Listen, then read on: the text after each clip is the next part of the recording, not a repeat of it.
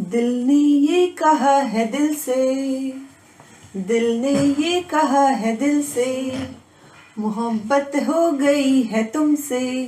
क्या मोहब्बत? मोहब्बत अब आप पढ़ेंगे कि मोहब्बत करेंगे? आपके एग्जाम आ रहे हैं पास में, तो ये सब लफड़े में नहीं पड़िए। दिल ने ये कहा है दिल से, पढ़ाई कर ले अब फिर से। एग्जाम तेरे आ रहे हैं सर पर, अब नहीं पढ़ेगा तो कब पढ़ेगा बताइए। अब एग्जाम आपके नजदीक आ रहे हैं, यूपी बोर्ड के एग्जाम, सीबीएसई बोर्ड के एग्जाम, सभी एग्जाम नजदीक आ रहे हैं, तो आपको पढ़ाई करनी होगी अभी। तो मैं शिल्पी श्रीवास्तव आपका अपने परिवार इंटायर क्लासेस में तहे दिल से स्वागत करती हूँ। जैसा कि आप सभी जानते हैं, जब मनुष्य जन्म लेता है तो उसके पास सांसें तो होती हैं मगर कोई नाम नहीं होता।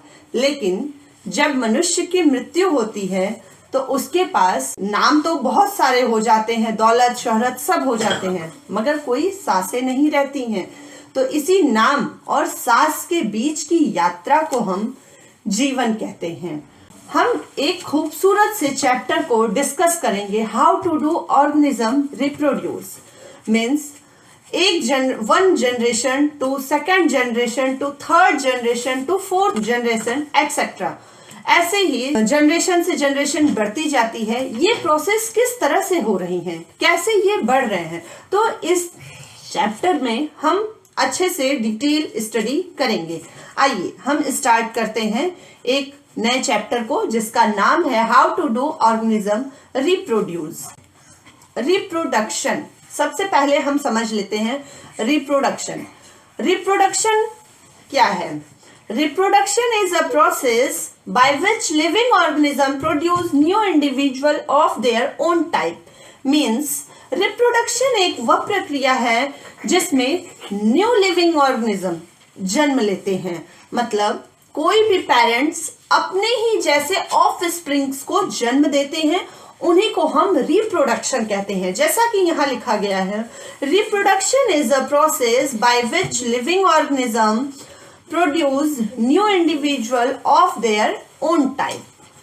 क्लियर है?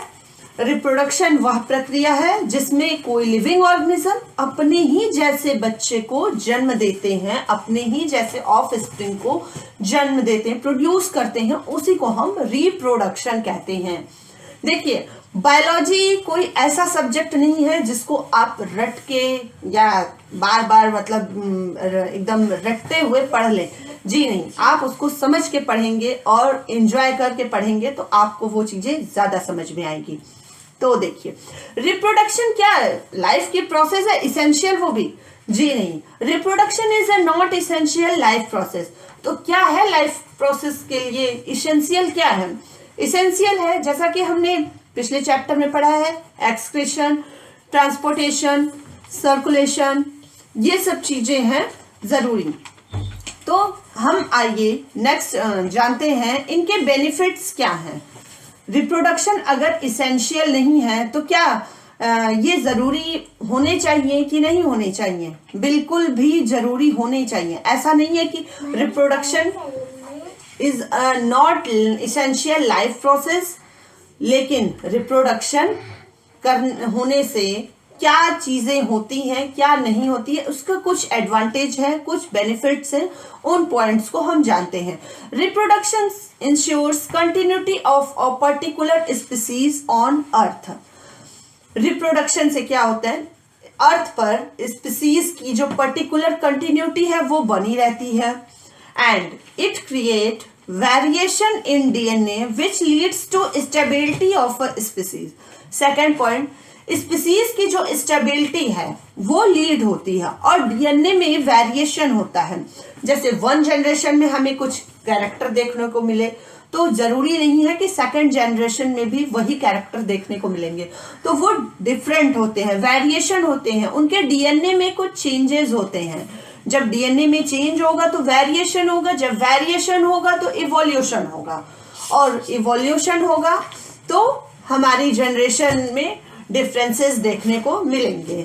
सेम सेम चीज यही है कि पर्टिकुलर स्पीसीज ऑन अर्थ, मतलब अर्थ पर पर्टिकुलर स्पीसीज की कंटिन्यूटी बनी रहे, स्पीसीज की स्टेबिलिटी लीड होती है और इवोल्यूशनरी चेंजेस होते हैं, इवोल्यूशनरी चेंजेस होते हैं। आइए हम आपसे एक क्वेश्चन जानना चाहेंगे, क्या जितने भी ऑर्गेनिज्म हैं वो अपने ही जैसे एग्जैक्ट कॉपी को क्रिएट करते हैं? Do organism create exact copy of themselves? क्या होगा इसका आंसर? जी बताइए। नहीं, इसका आंसर होगा no. Organism do not create exact copy of themselves.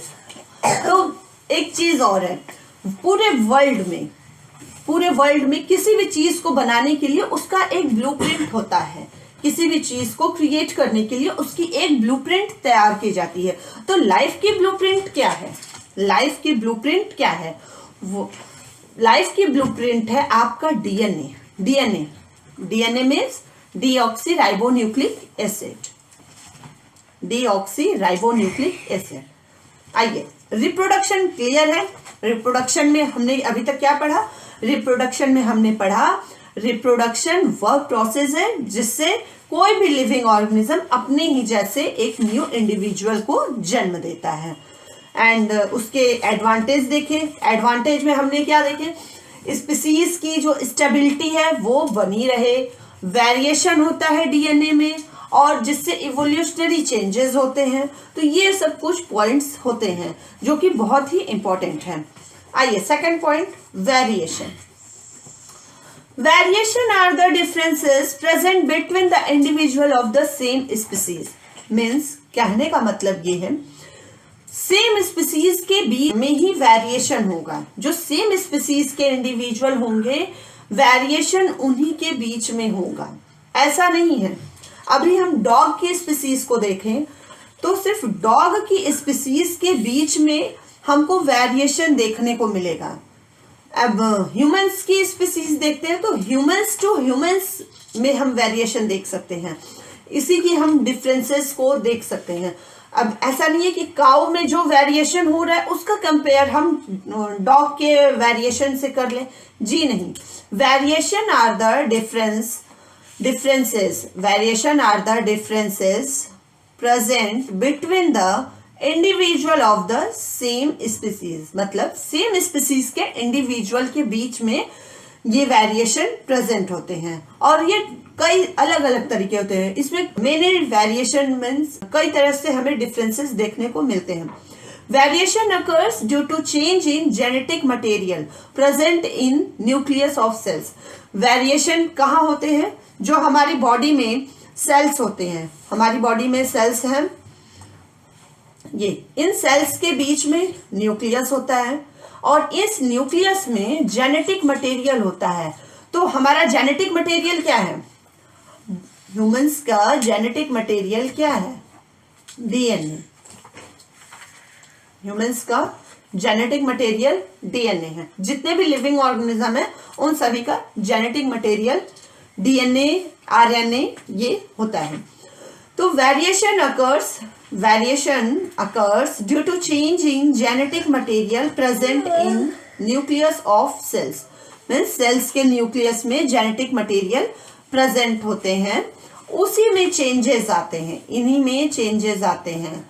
जैसे कि देखिए, जैसे अभी मैंने बताया सेल है, सेल में न्यूक्लियस होगा, न्यूक्लियस में हमारा जेनेटिक मटेरियल होगा।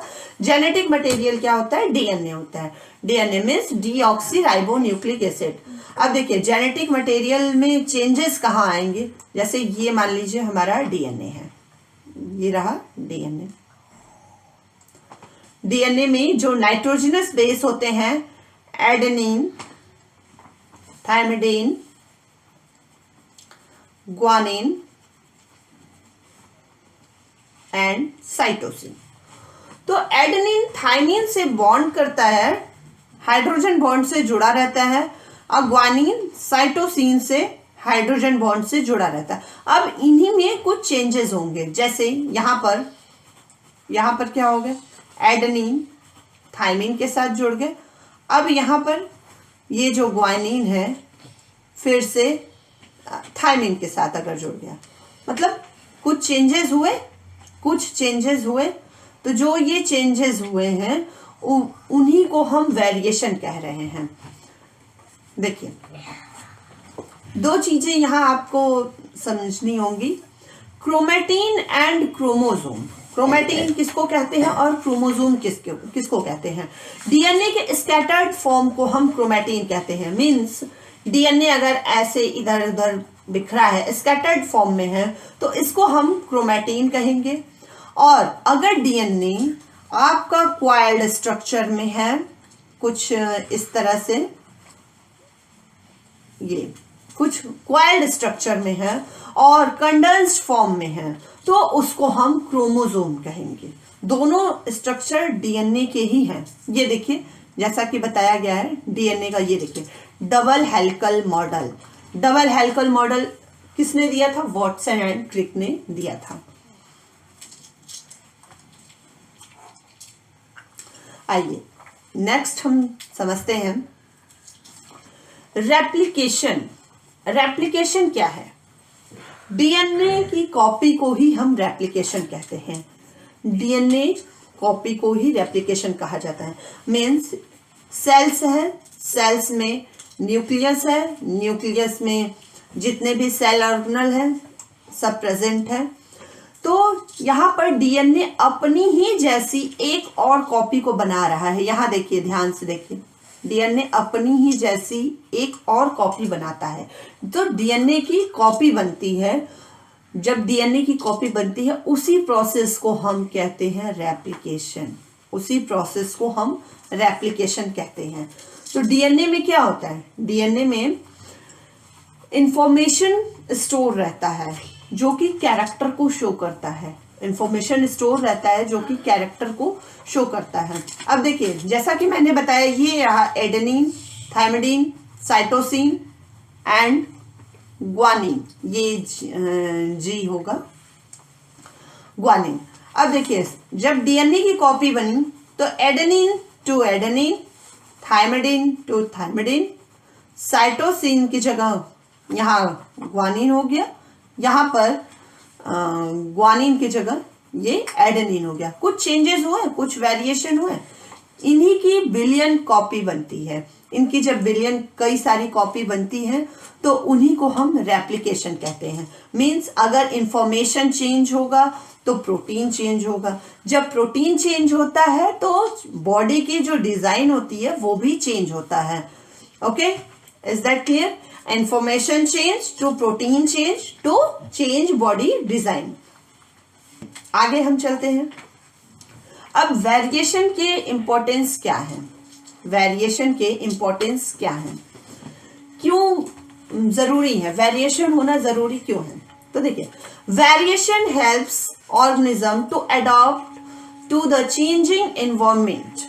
मीन्स जब हमारा एनवायरनमेंट चेंज होता है तो ऑर्गेनिज्म अपने को एडॉप्ट कर लेते हैं उस एनवायरनमेंट में रहने के लिए। इसलिए भी वेरिएशन जरूरी है और ये हेल्प करता है। वेरिएशन हेल्प करता है किसी भी लिविंग ऑर्गेनिज्म को अकॉर्डिंग टू एनवायरनमेंट रहने के लिए।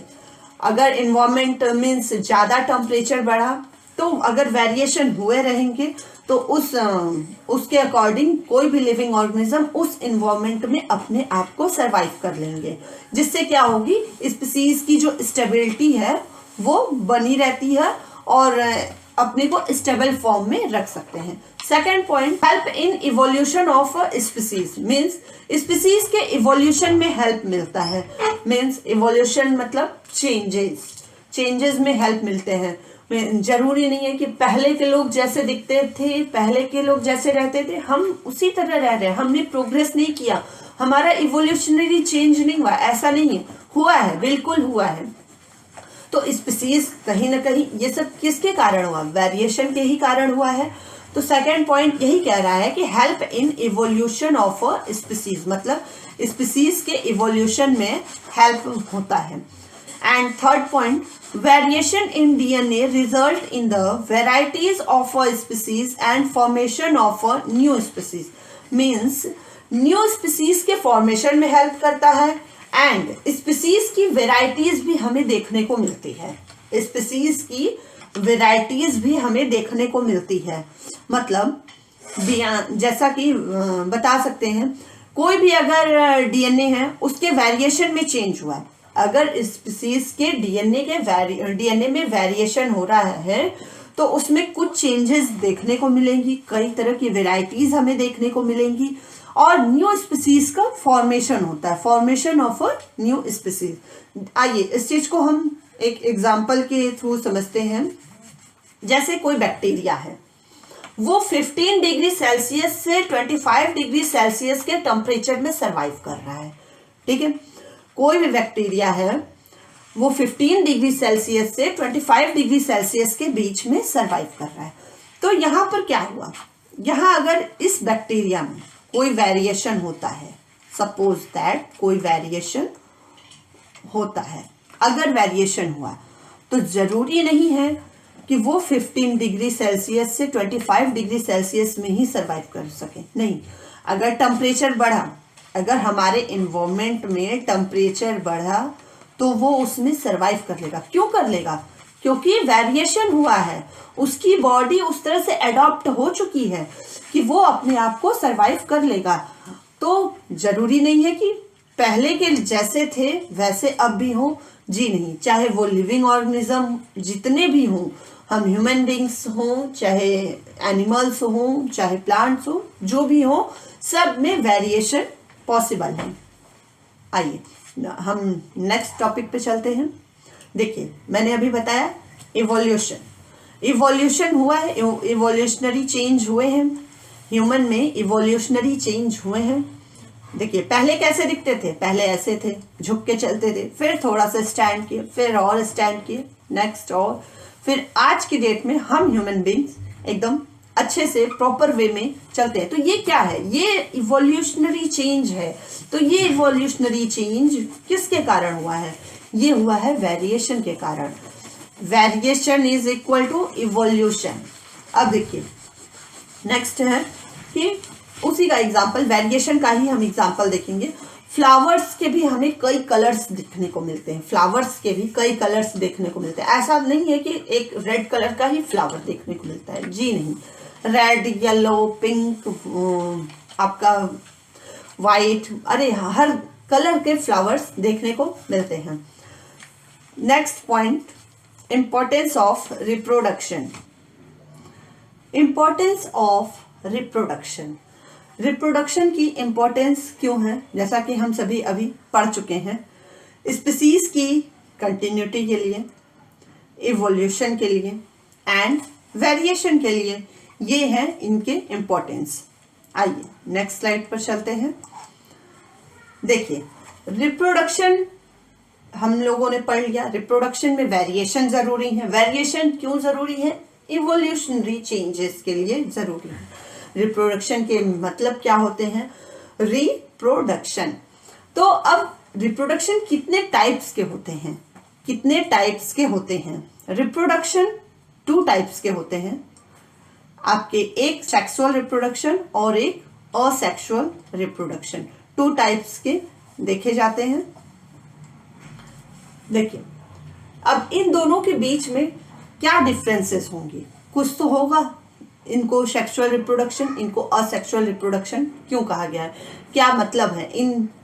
इनका मतलब होता क्या है? आइए हम उन सभी चीजों को जानेंगे। इस टॉपिक को पढ़ने से पहले कुछ बातें हो जाएं आपसे। देखिए पढ़ाई कितनी ही इम्पोर्टेंट है, कितना ज़रूरी है, ये हम भी जानते हैं, ये आप भी जानते हैं।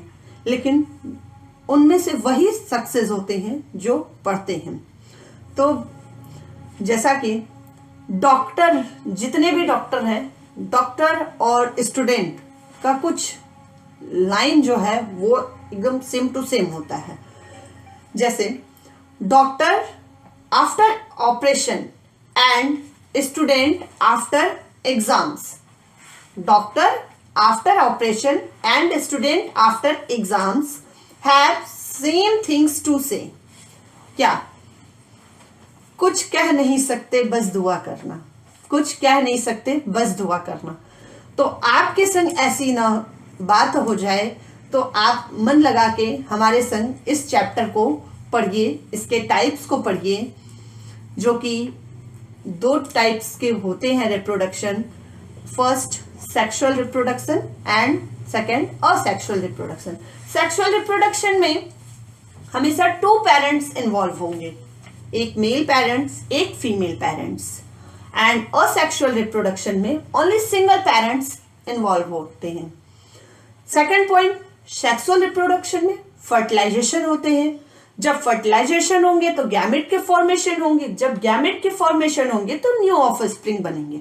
लेकिन असेक्सुअल रिप्रोडक्शन में no fertilization, no gamete formation, but offspring तो बनेंगे, ऑफस्प्रिंग बनेंगे, बिल्कुल बनेंगे, ऑफस्प्रिंग बनेंगे।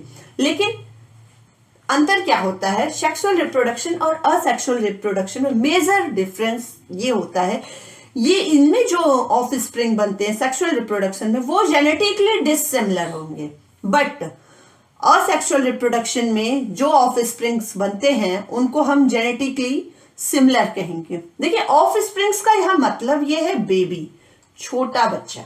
अब यहाँ बेबी लिख नहीं सकते, या बेबी तो गर्ल्स होते हैं या बॉयज होते हैं, कोई भी हो सकते हैं, लेकिन हम साइंस की लैंग्वेज में बेबी न लिख के हमने उसको ऑफस्प्रिंग दिया है, क्योंकि अब प्लांट्स के केस में भी हो सकता है, तो अब प्लांट्स में क्या गर्ल्स बॉयज तो करेंगे नहीं, इसलिए ऑफस्प्रिंग नेम दे दिया गया। Offspring formed are genetically dissimilar and genetically similar. तो ये चीजें हैं असेक्सुअल और सेक्सुअल रिप्रोडक्शन में। 2 तरह के टाइप्स होते हैं रिप्रोडक्शन के, हमने पढ़े sexual reproduction and asexual reproduction.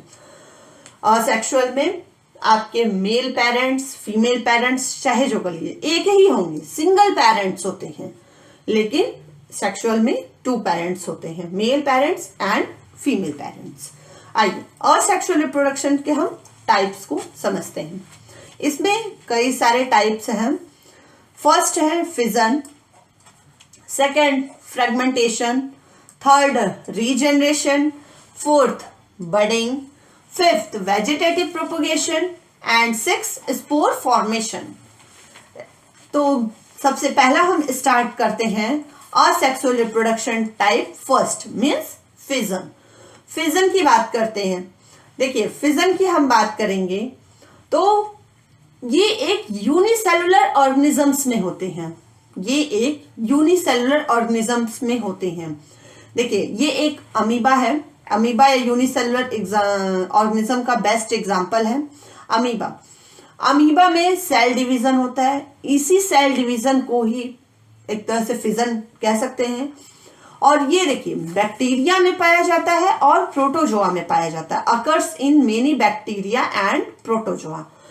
और बाइनरी फिजन, एक होता है बाइनरी फिजन और एक होता है लॉन्गिट्यूडनल फिजन। देखिए यहाँ पर अमीबा का स्ट्रक्चर बना हुआ है कुछ इस तरह से। अमीबा ये टेढ़ा मेढ़ा ऐसे ही कुछ होता है अमीबा, ये स्ट्रक्चर है अमीबा का। अमीबा में न्यूक्लियस ये रहे आपके प्रेजेंट होते हैं, साइटोप्लाज्म होते हैं, सेल मेम्ब्रेन है, कॉन्ट्रेक्टाइल वैक्यूल्स हैं, ये सब चीजें होती हैं। देखिए इसमें क्या है कि सेल की जो स्प्लिटिंग होती है, सेल की स्प्लिटिंग होती है, मतलब सेल इधर से और इधर से ऐसे एक दूसरे से ऐसे खिंचाव हो रहा है, कहीं से भी खिंचाव होता है, कोई एक निश्चित प्लेस नहीं है, कोई एक पॉइंट नहीं है, कोई एक जगह नहीं है कि यहीं से ये ब्रेक होगा, ये कहीं से भी ब्रेक होता है, कहीं से भी ब्रेक होगा। तो न्यूक्लियस डिवीजन होगा, जब अमीबा ब्रेक होगा तो इसमें न्यूक्लियस का डिवीजन भी होता है, अंदर जो न्यूक्लियस है वो भी डिवाइड होगा, देखिए न्यूक्लियस अमीबा में प्रेजेंट होते हैं और आपके साइटोप्लाज्म होते हैं, स्यूडोपोडिया होते हैं, कॉन्ट्रेक्टाइल वैक्यूल्स होते हैं। ये अमीबा का स्ट्रक्चर परमानेंट स्ट्रक्चर नहीं होता है, भगवान ने ऐसा ही कुछ अरेंज किया हुआ है इस ऑर्गेनिजम्स को।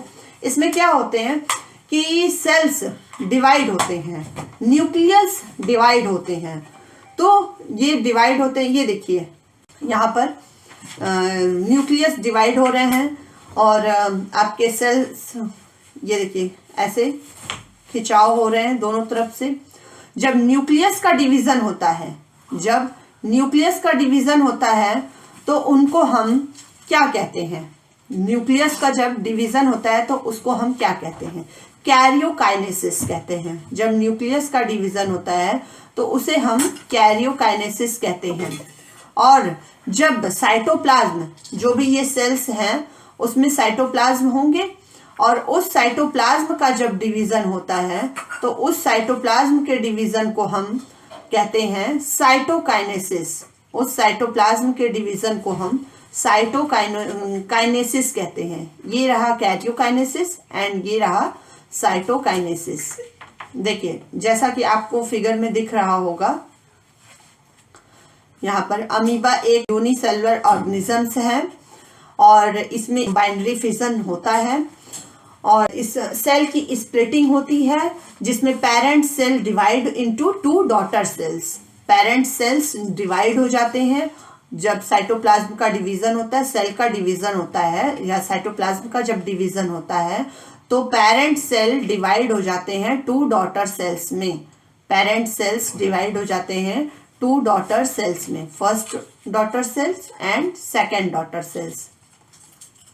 First daughter cells and second ये डॉटर सेल्स। देखिए जैसा कि अमीबा एक यूनिसेलुलर ऑर्गेनिज्म है और इस यूनिसेलुलर ऑर्गेनिज्म में किस तरह के असेक्सुअल रिप्रोडक्शन देखने को मिलेंगे उसका नाम है फिजन, बाइनरी फिजन। अमीबा में बाइनरी फिजन्स होते हैं। एक अमीबा का ये रहा स्ट्रक्चर, कुछ इसी तरह से होता है। इसमें सेल्स है, न्यूक्लियस है, ये सब है, साइटोप्लाज्म वगैरह। तब जब सेल्स का आपका यहाँ पर सेल्स है और न्यूक्लियस है, जब न्यूक्लियस का डिवीजन होता है तो उसको हम कैरियोकाइनेसिस कहते हैं। उसको हम कैरियोकाइनेसिस कहते हैं, कैरियोकाइनेसिस। लेकिन जब साइटोप्लाज्म का डिवीजन होता है, साइटोप्लाज्म का जब डिवीजन होता है तो उसको हम साइटोकाइनेसिस कहते हैं।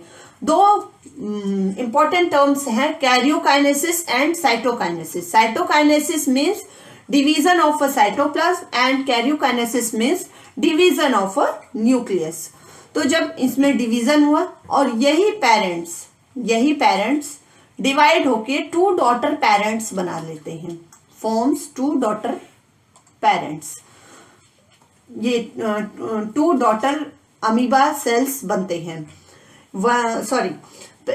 एक पेरेंट्स है अमीबा, एक यूनिसेलुलर ऑर्गेनिज्म है और ये ऑर्गेनिज्म अपने को डिवाइड करता है, सेल डिवीजन होता है और ये सेल डिवीजन डिवाइड होके 2 डॉटर अमीबा बनाते हैं।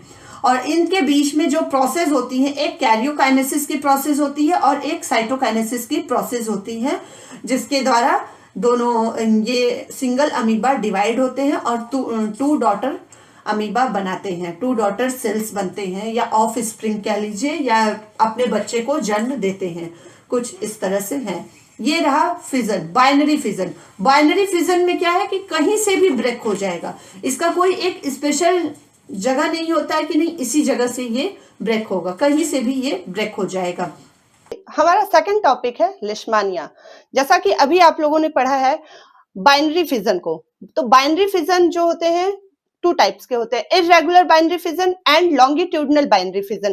तो लॉन्गिट्यूडनल बाइनरी फिजन का जो एग्जांपल है वो है लिशमानिया। लिशमानिया क्या है? ये एक यूनिसेलुलर ऑर्गेनिज्म होता है, विप लाइक स्ट्रक्चर होते हैं जिसमें फ्लैजला होते हैं मूव करने के लिए, और इससे एक बीमारी फैलती है जिसका नाम है black fever. This is known as a kala आजार।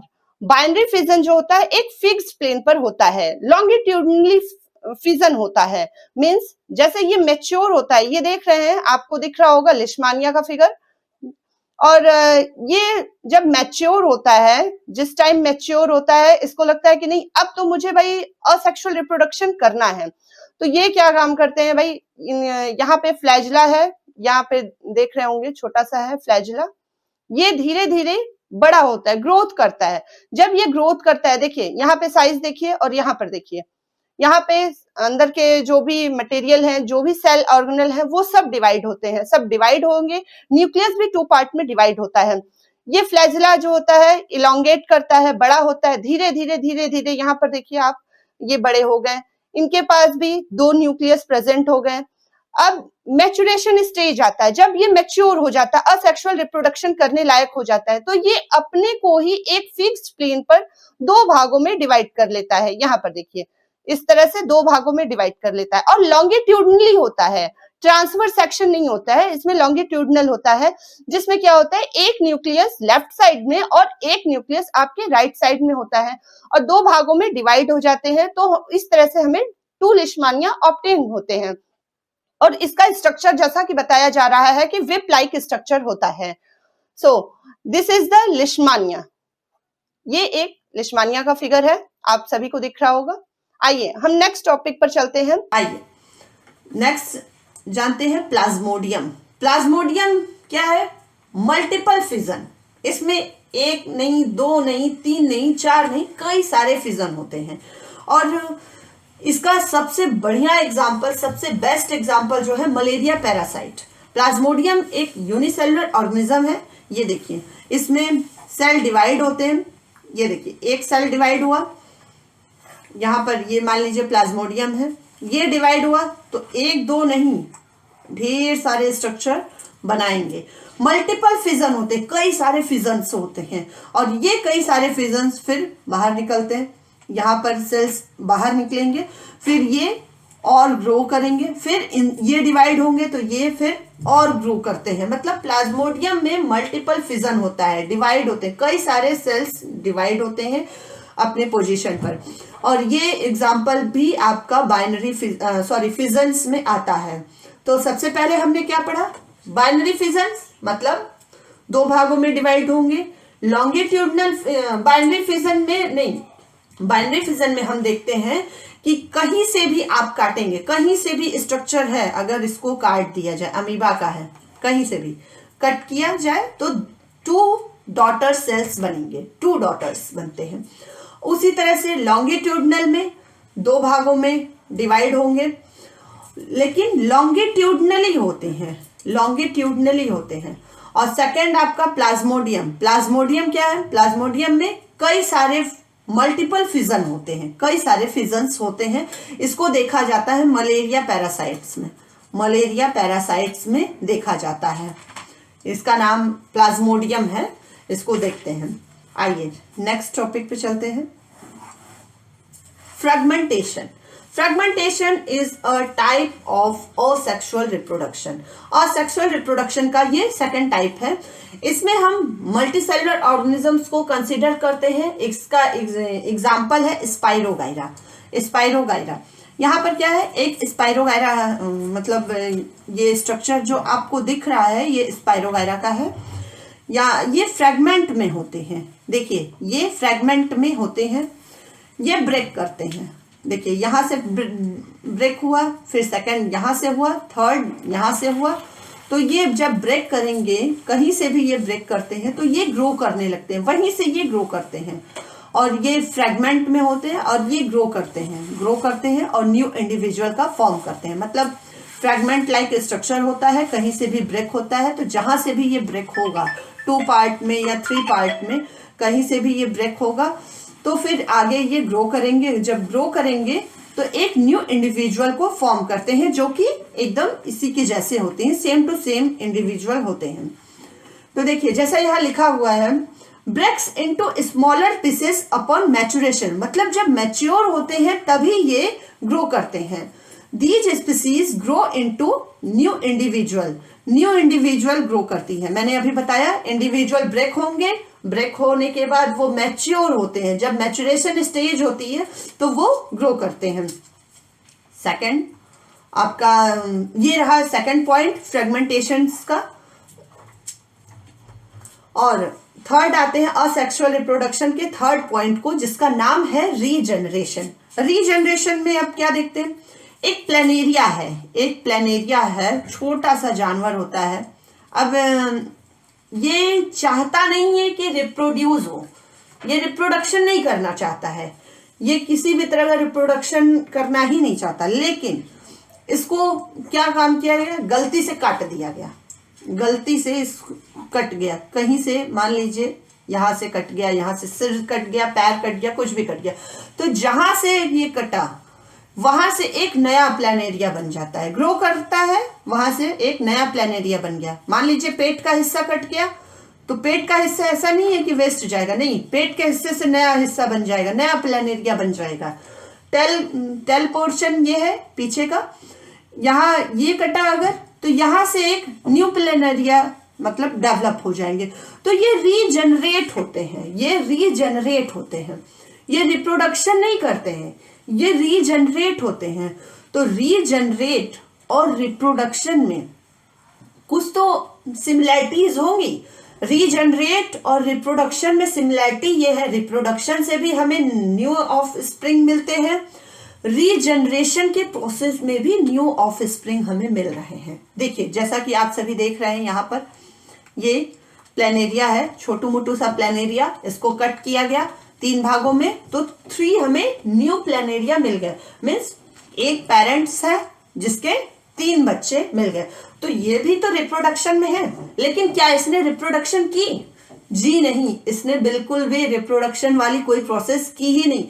तो ये, लेकिन अब रिप्रोडक्शन का मतलब हुआ कि न्यू ऑफ स्प्रिंग, तो रीजनरेशन में भी न्यू ऑफ स्प्रिंग मिल रहे हैं।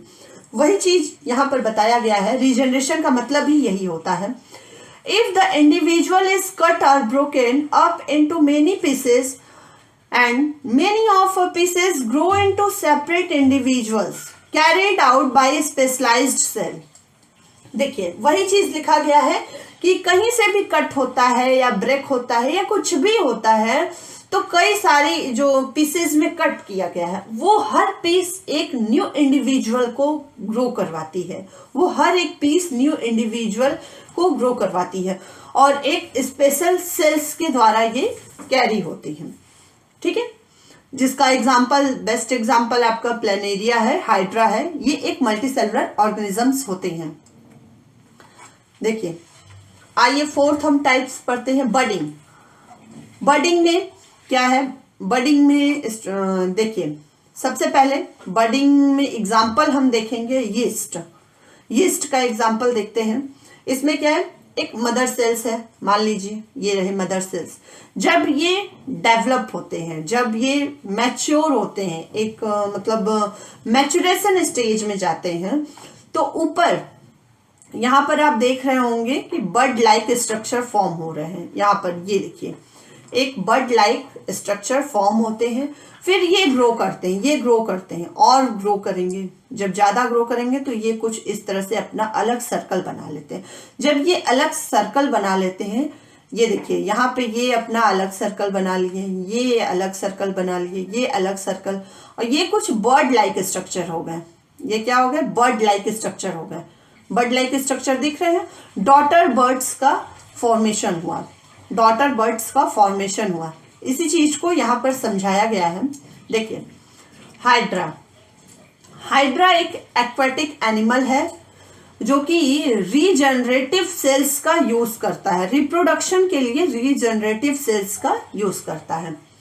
यहाँ पर देखिए वही चीज मैंने आपको बताया है कि रिपीटेड सेल का डिवीजन रिपीटेड होता है, रिपीट हो रहा है। यहाँ पर देखिए सेल्स के डिवीजन बार बार हो रहे हैं। यहाँ पर मदर सेल्स में बार बार सेल्स के डिवीजन होने की वजह से बर्ड डेवलप हो रहा है। जब बर्ड डेवलप हुआ तो और मैच्योर होता है, मैच्योर होने के बाद सर्कल लाइक स्ट्रक्चर, कुछ बर्ड लाइक स्ट्रक्चर मतलब बना लेता है। उस तरह से कई सारे बर्ड बनते हैं और इन्हीं कई सारे बर्ड्स को हम डॉटर बर्ड्स कहते हैं। वही चीज लिखा हुआ है, repeated cell division at one specific site. फिर आउटग्रोथ होता है, आउटग्रोथ होने की वजह से बर्ड डेवलप होता है। बर्ड जब डेवलप होता है, एक मैच्योर स्टेज में पहुंचता है, तो वो डिटैच होता है। जैसा कि आप सभी जानते हैं कि जब ह्यूमन बींग्स की हम बात करते हैं, जब बच्चे छोटे रहते हैं तो अपने माँ बाप के ही पास रहते हैं। जब बच्चे बड़े हो जाते हैं तो पढ़ने के लिए, नौकरी के लिए अपने ही पेरेंट्स से दूर चले जाते हैं। कुछ उसी तरह है। तो tiny individual detach from parent body become new individuals. Is that clear? देखिए मदर सेल्स है, सेल्स के डिवीजन हुए, जब सेल्स के डिवीजन हुए तो बर्ड डेवलप हुई, जब बर्ड डेवलप हुई तो कई सारे डॉटर्स बर्ड बने और ये डॉटर्स बर्ड ये डिटैच हो जाते हैं, यहाँ से ये आपका डिटैच हो जाते हैं, ये पोर्शन डिटैच हो जाते हैं, फिर ये अपना मैच्योर होगा, फिर इसमें भी जो न्यूक्लियस वगैरह होंगे ये मैच्योर स्टेज में जाएंगे, फिर ये बर्ड को डेवलप करते हैं, फिर ये एक न्यू इंडिविजुअल को फॉर्म करते हैं, इसी तरह की ये प्रोसेस चलती रहती है। ओके, फिफ्थ है spore formation. Fifth spore formation. Spore formation ये भी एक असेक्सुअल रिप्रोडक्शन का टाइप है, ये भी एक असेक्सुअल रिप्रोडक्शन की टाइप है। राइजोपस, ब्रेड माउल्ड, फंगस, और ये आपके फंगस वगैरह ये क्या है, मल्टी सेलुलर ऑर्गेनिज्म है।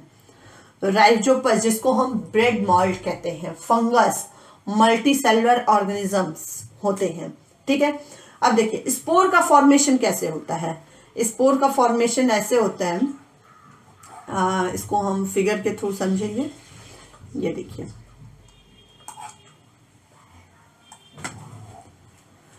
ये देखिए राइजोपस का स्ट्रक्चर मैंने बनाया है। राइजोपस ये स्पोरेंजियम है, इस स्ट्रक्चर को हम स्पोरेंजियम कहते हैं, इस स्ट्रक्चर को स्पोरेंजियम कहते हैं। और स्पोरेंजियम जिससे जुड़ा है इसको हाइफा कहा जाता है, hypha. This structure is known as hypha. जब ये मैच्योर होते हैं, जब ये मैच्योर होते हैं, जब ये मैच्योर होते हैं तो ये स्पोरेंजियम यहाँ से ब्रेक होता है, स्पोरेंजियम ब्रेक होगा तो स्पोर रिलीज होगा, और स्पोरेंजियम जिससे अटैच होता है उसको हम स्पोरेंजियोफोर कहते हैं। स्पोरेंजियम जिससे अटैच है, ये जो लाइन दिख रही है उसको हम स्पोरेंजियोफोर कहते हैं, और इसमें से स्पोर्स बाहर निकलते हैं। दिख रहा है आप लोगों को, ये स्पोर्स बाहर निकल रहे हैं यहाँ पर, और ये स्पोर्स फिर क्या करते हैं, ये ऐसे हवा में घूमते रहते हैं, घूमते रहते हैं, घूमते रहते हैं, और जब कहीं भी देखेंगे कि मतलब ब्रेड वगैरह है तो उस पे जाके फॉर्म कर, उस पे जाके ये अपना लैंड कर जाते हैं, और फिर फॉर्मेशन होता है और ये ग्रो करते हैं। तो वही चीज आपको समझाया गया, एक फेवरेबल कंडीशन ये ढूंढते रहते हैं, ये हवा में ऐसे ही उड़ते रहते हैं, स्पोर्स हवा में उड़ते रहते हैं, एक फेवरेबल कंडीशन देखते हैं जहां पे मॉइस्ट सरफेस हो और वहीं पर ये ग्रो करते हैं। इनका मेन काम यही है कि ये अपने को हमेशा फेवरेबल कंडीशन की तलाश में रहते हैं और फिर ये ग्रो करते हैं स्पोर्स। देखिए यहां पर लिखा हुआ है, spores are very light weight, बहुत हल्के वेट होते हैं, इनके वेट जो होते हैं बहुत ही हल्के होते हैं, बहुत एकदम हल्के होते हैं कि हवा में ये उड़ते फिरते रहते हैं।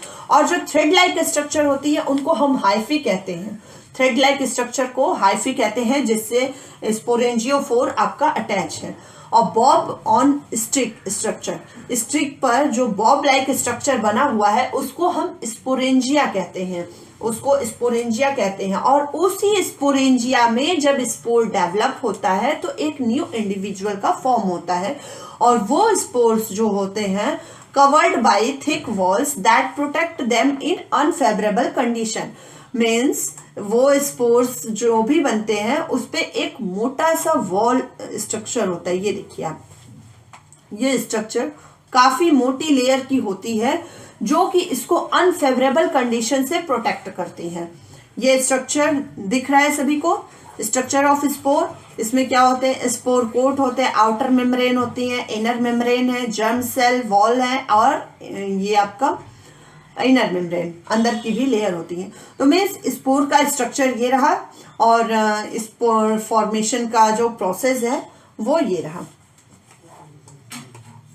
स्पोर इसी तरह से ग्रो करते हैं, स्पोरेंजियम में स्पोर डेवलप होते हैं और मैच्योर स्टेज में स्पोर रिलीज होते हैं, और जब ये देखते हैं कोई फेवरेबल कंडीशन, कोई मॉइस्ट सरफेस, तब जाके वहां पर स्पोर्स अपना ग्रो करते हैं। जैसा कि आप लोगों ने ब्रेड पर देखा होगा, छोटे छोटे फंगस फफूंद लग जाते हैं, उसी को हम बोलते हैं। Next, vegetative propagation. Vegetative propagation, vegetative propagation, आइए बात करते हैं। लीफ पर एक्स्ट्रा स्ट्रक्चर आपको दिख रहा है, ग्रो करता हुआ प्लांट दिखता है लीफ की लेयर पर, लीफ की पत्ती पर जो दिख रहा है ये स्ट्रक्चर, इसी को हम वेजिटेटिव प्रोपोगेशन कहते हैं। ये देखिए ये स्ट्रक्चर दिख रहा है, इसी को वेजिटेटिव प्रोपोगेशन कहते हैं। अब वेजिटेटिव प्रोपोगेशन कहाँ कहाँ होते हैं? देखिए रूट में होंगे, स्टेम में होंगे, लीफ में होंगे, इन सभी जगह पे आपको वेजिटेटिव प्रोपोगेशन देखने को मिलेंगे। और ये सब डेवलप करते हैं एक न्यू प्लांट्स को, एक न्यू प्लांट्स को डेवलप करते हैं। रूट की अगर हम बात करें तो स्वीट पोटैटो जिसको हम कंदा कहते हैं, गुआवा, और एक आ गया आपका पोटैटो। सेकंड स्टेम पर क्या होते हैं? Potato, onion, lemon.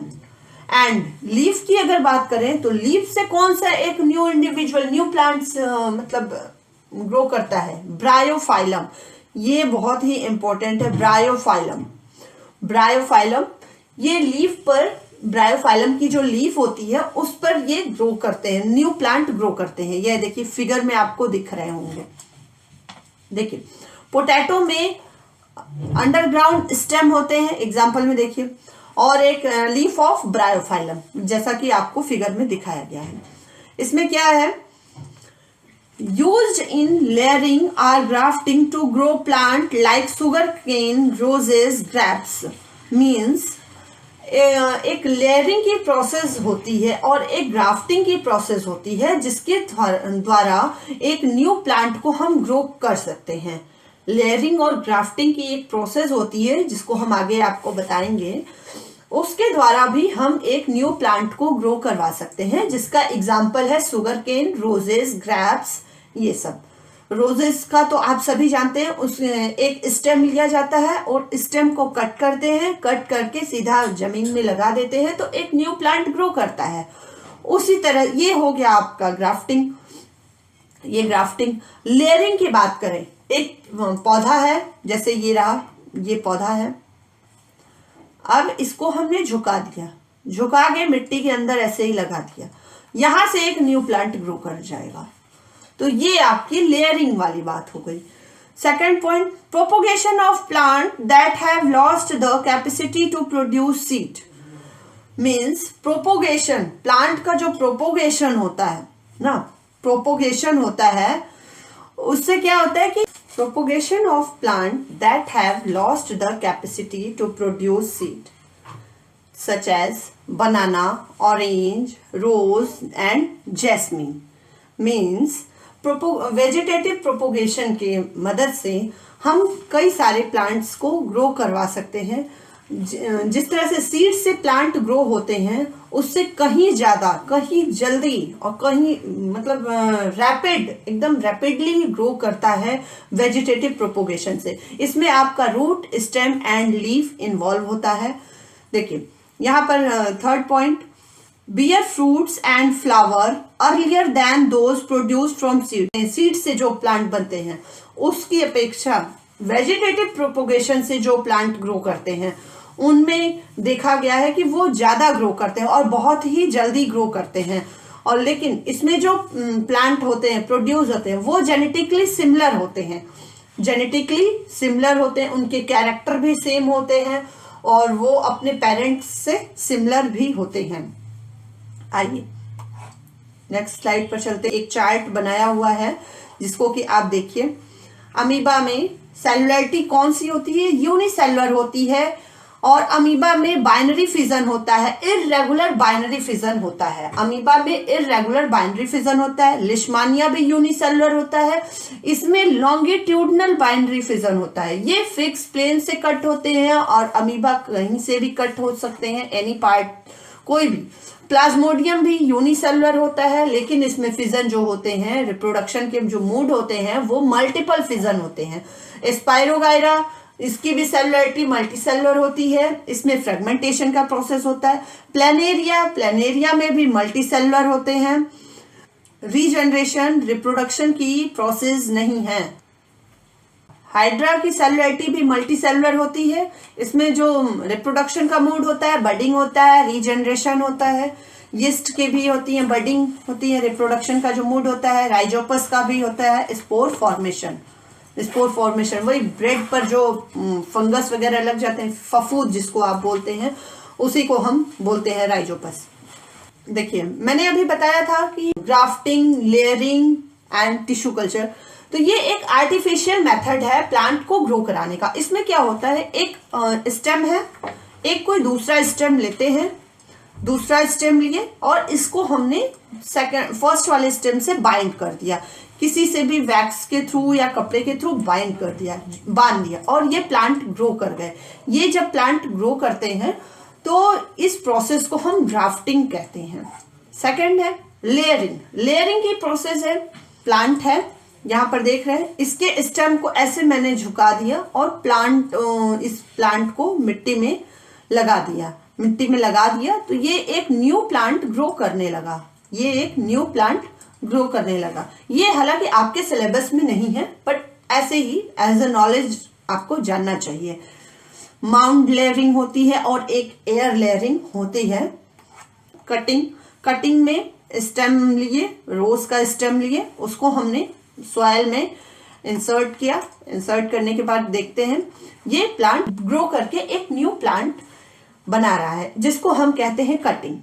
तो ये सब एक आर्टिफिशियल मेथड है जिसको आपको सिर्फ जानना चाहिए, ये आपके कोर्स में नहीं है। टिश्यू कल्चर की बात करते हैं, इसको लेबोरेटरी में यूज किया जाता है। मीन्स एक टेस्ट ट्यूब में प्लांट्स को ग्रो करा दिया जाता है, ये लैब में किया जाता है mostly. So is that clear? ये जितने भी टॉपिक्स थे असेक्सुअल रिप्रोडक्शन के टाइप थे। आपका जितनी भी मैंने 6 पॉइंट्स बताए हैं वो सभी असेक्सुअल रिप्रोडक्शन के टाइप हैं।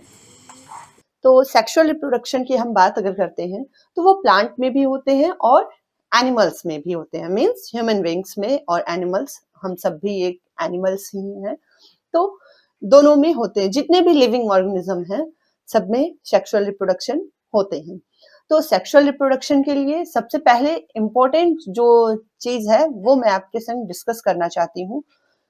देखिए, सेक्सुअल रिप्रोडक्शन में मोस्ट इम्पॉर्टेंट थिंग्स है गैमेट फॉर्मेशन। गैमेट फॉर्मेशन बहुत जरूरी है, गैमेट्स का होना जरूरी है, इसमें 2 पेरेंट्स का होना जरूरी है।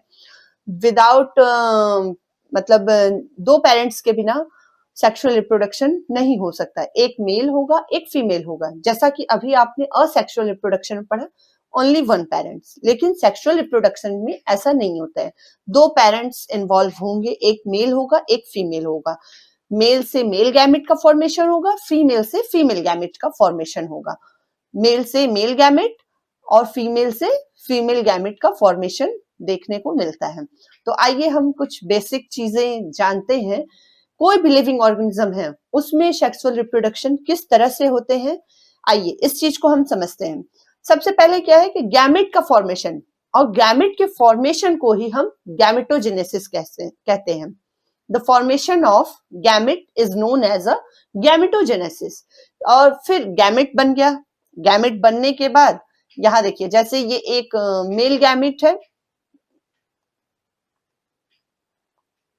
मेल गैमेट और फीमेल गैमेट, ये रहा फीमेल गैमेट और ये रहे आपके मेल गैमेट। मेल गैमेट दोनों फर्टिलाइज करेंगे, गैमेट्स का ट्रांसफर होता है, गैमेट्स का ट्रांसफर होगा और फर्टिलाइजेशन की प्रोसेस होती है। यहाँ देखिए फर्टिलाइजेशन की प्रोसेस होगी, जब फर्टिलाइजेशन की प्रोसेस होती है तो जाइगोट बनते हैं, जाइगोट का फॉर्मेशन होता है, जाइगोट डेवलप करते हैं और एम्ब्रियो का निर्माण होता है। एम्ब्रियो जब ग्रोथ करता है और डेवलप करता है तो हमें एक न्यू ऑर्गेनिज्म मिलता है।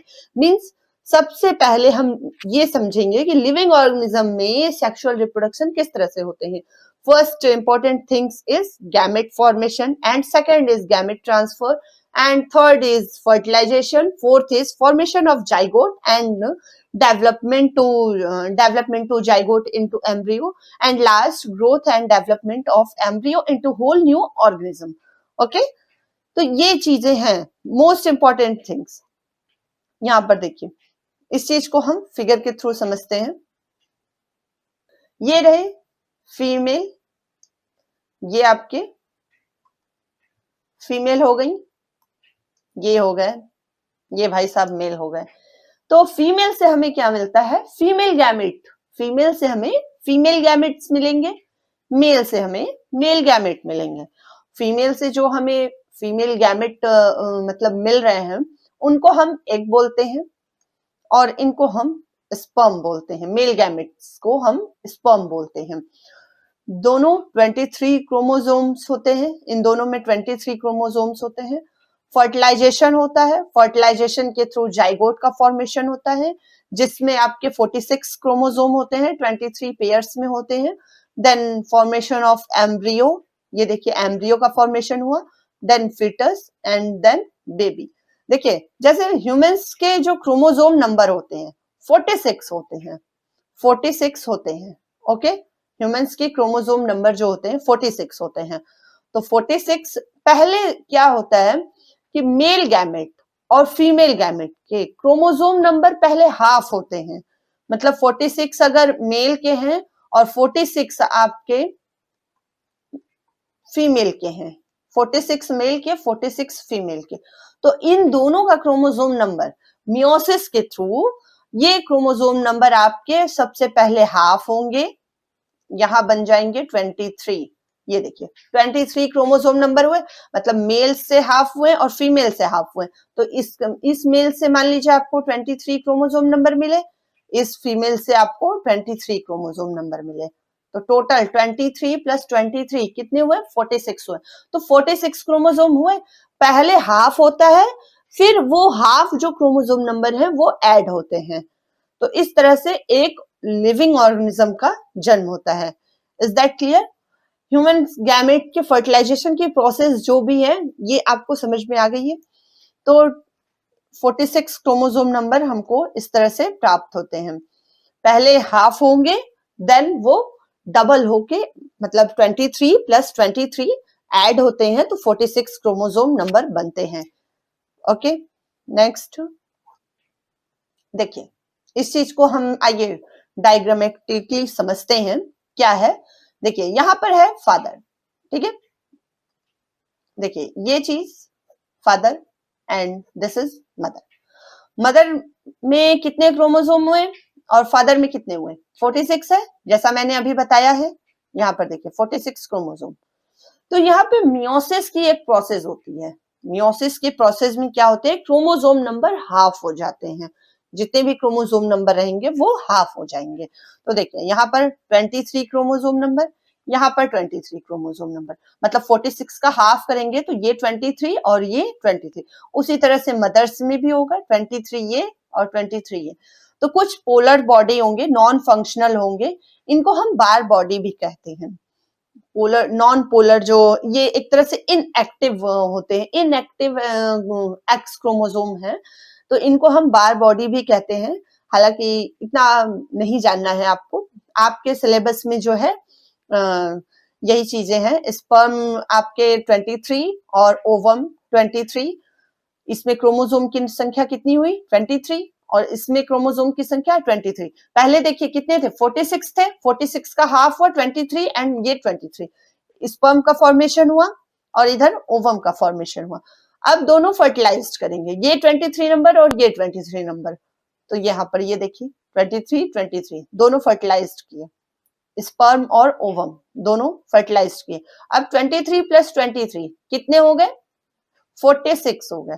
तो जब 46 हो गए तो हमारा एक न्यू ऑर्गेनिज्म डेवलप कर रहे हैं, एक एम्ब्रियो का फॉर्मेशन हो रहे हैं, एम्ब्रियो का फॉर्मेशन होगा, देन फिटस बनेंगे, उसके बाद लास्टली एक बेबी का जन्म होता है।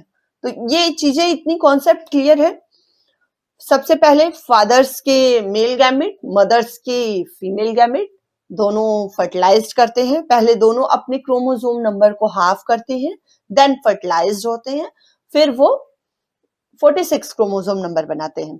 ऐसे आप समझ लेंगे तो अच्छा रहेगा। देखिए 46 है, तो 46 में ये 23 और ये मान लीजिए मेल का हो गया, ये फीमेल का हो गया, ये 23। तो मतलब ये हाफ हुए, 46 से 23 ये हाफ हुए।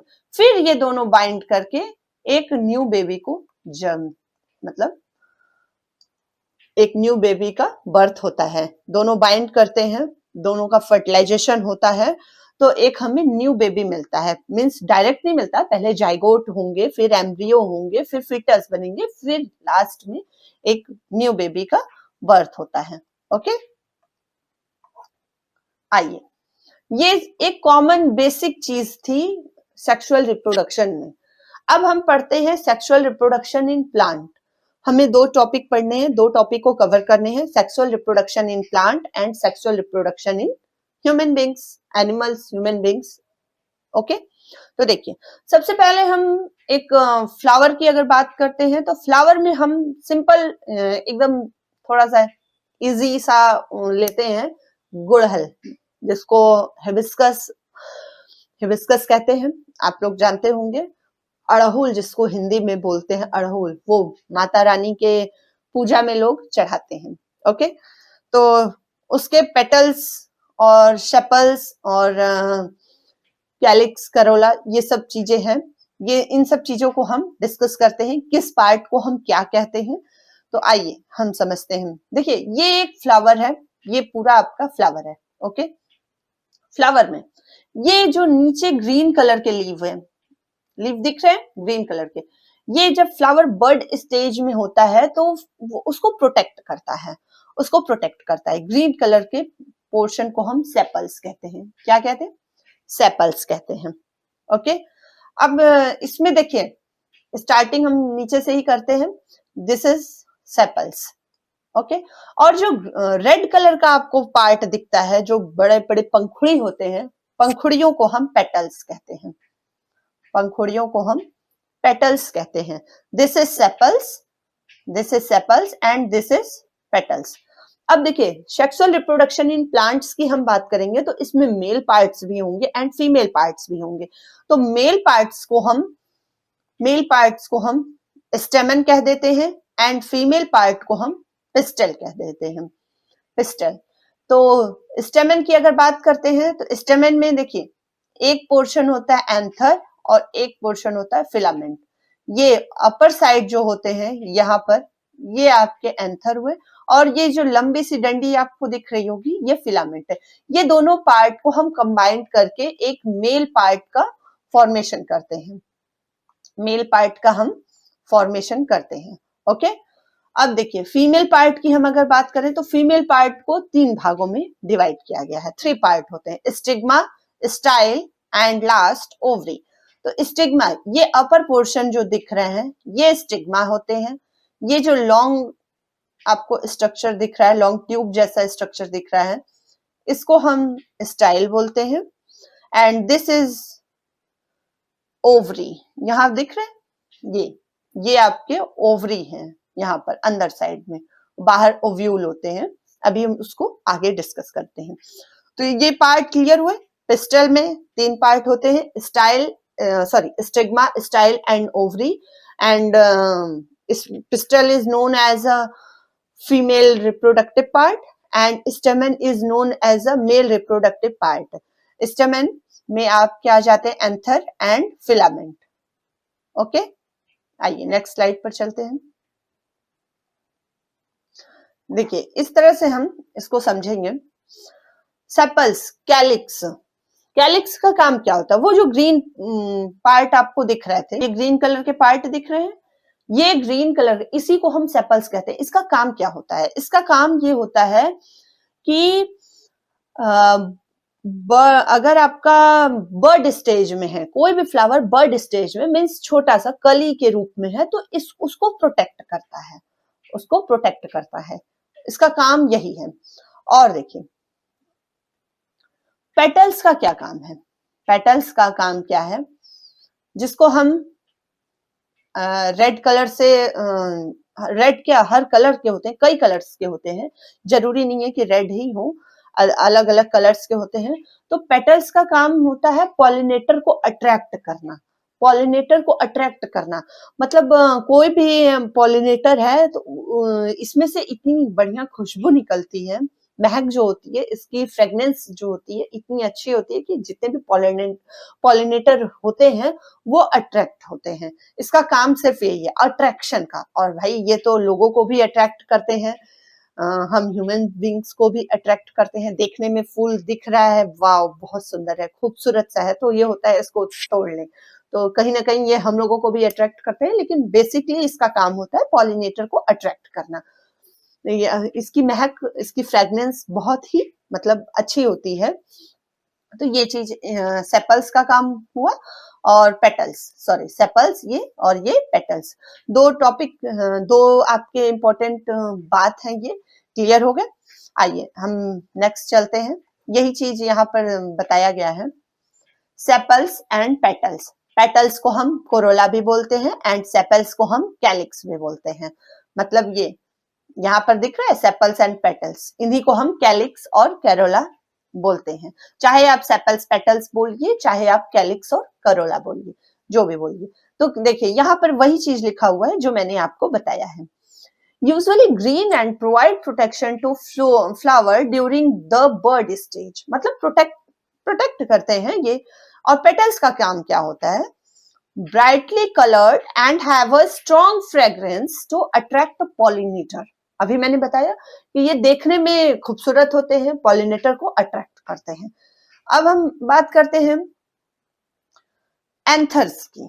एंथर और फिलामेंट, अभी मैंने बताया ये किसके पार्ट होते हैं, ये स्टेमन के होते हैं। Stamen is known as androecium, means male reproductive part. ये मेल रिप्रोडक्टिव पार्ट है आपके।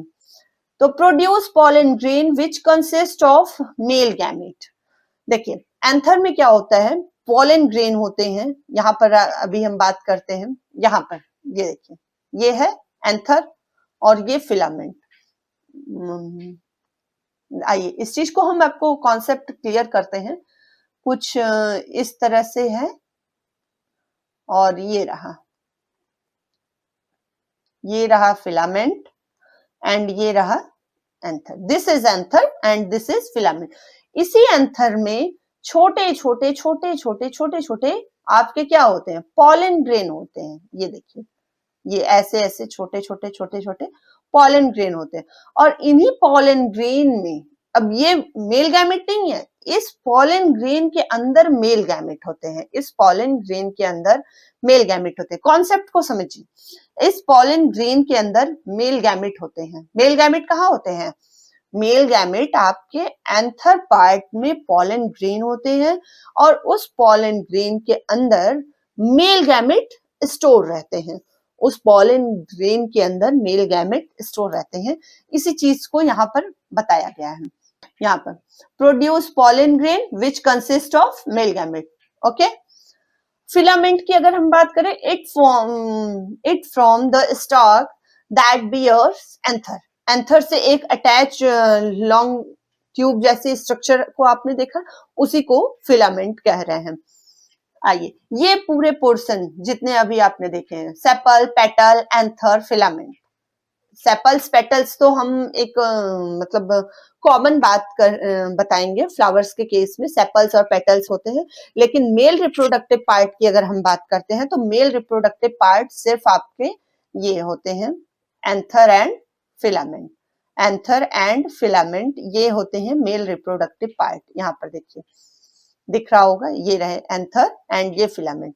अगर आपसे क्वेश्चन पूछा जाए एंड्रोसियम, एंड्रोसियम क्या है, व्हाट इज एंड्रोसियम, तो एंड्रोसियम कुछ अलग से बताने की जरूरत नहीं है। एंड्रोसियम स्टेमन को ही बोला जा रहा है, मेल रिप्रोडक्टिव पार्ट को बोला जा रहा है, एंथर प्लस फिलामेंट को बोला जा रहा है। तो ये कॉन्सेप्ट आपका क्लियर होना चाहिए। ओके, आइए नेक्स्ट चलते हैं। देखिए यहाँ पर बहुत अच्छे से समझाया गया है।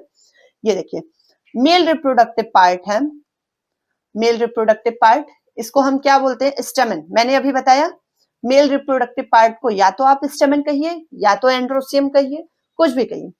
तो ये रहे आपके एंथर, ये रहे आपके फिलामेंट।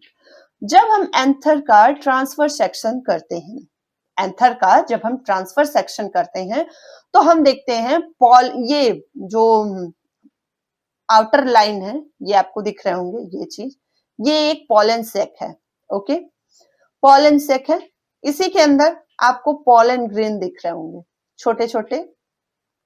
अब इस पॉलन ग्रेन के अंदर कहीं जाके मेल गैमेट बैठा हुआ है। कहाँ है? पॉलन ग्रेन के अंदर मेल गैमेट है। तो सोचिए, पॉलन ग्रेन के अंदर मेल गैमेट है। अभी मैं आगे फीमेल गैमेट के बारे में बताऊंगी कि वो कहां पर होते हैं। तो ये चीजें क्लियर हो गई।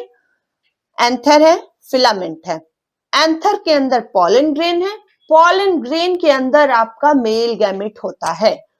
जब पॉलन ग्रेन प्रोड्यूस होता है एंथर से, इस एंथर से पॉलन ग्रेन निकलता है, तो फिर उसके बाद मेल गैमेट भी बाहर आते हैं। जब तक अंदर है तब तक नहीं बाहर आएंगे।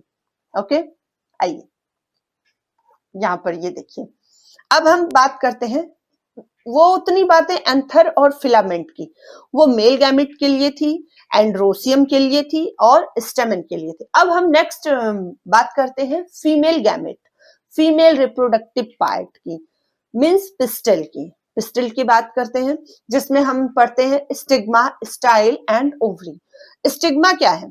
स्टिग्मा की अगर हम बात करें तो देखिए, यहाँ पर अभी मैंने बताया था इस स्लाइड में, ये जो ऊपर पार्ट है ये आपको दिख रहे होंगे, this is stigma, a long tube like structure, ये पोर्शन, ये आपके स्टाइल हो गए। और जो स्वेलन पार्ट होते हैं इन्हीं को हम ओवरी कहते हैं। Okay, is that clear? देखिए यही चीज यहाँ लिखा हुआ है। Stigma sticky terminal part, sticky nature का होता है। क्यों स्टिकी नेचर का होता है?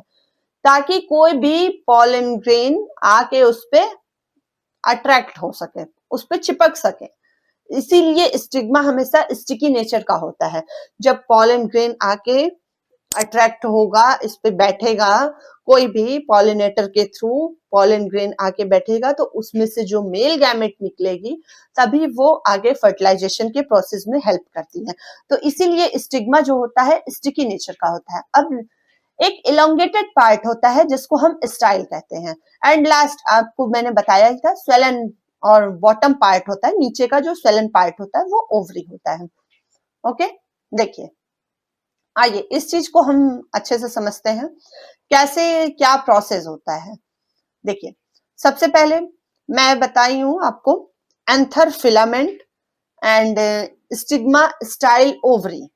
ये कॉन्सेप्ट क्लियर है? एंथर और फिलामेंट क्या है, स्टिग्मा, स्टाइल, ओवरी क्या है? स्टिग्मा, स्टाइल, ओवरी आपका फीमेल रिप्रोडक्टिव पार्ट है, एंथर और फिलामेंट मेल रिप्रोडक्टिव पार्ट है।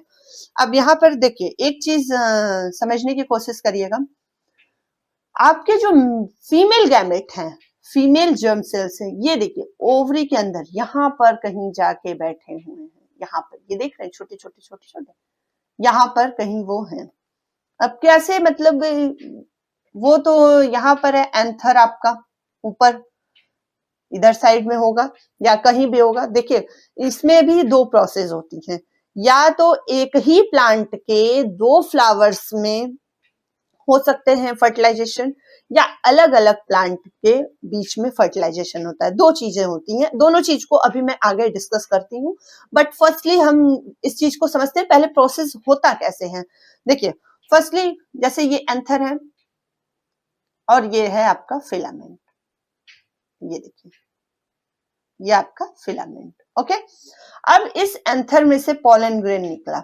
ओके, यहाँ पे ये देखिए ये छोटे छोटे छोटे छोटे पॉलन ग्रेन आपके निकले।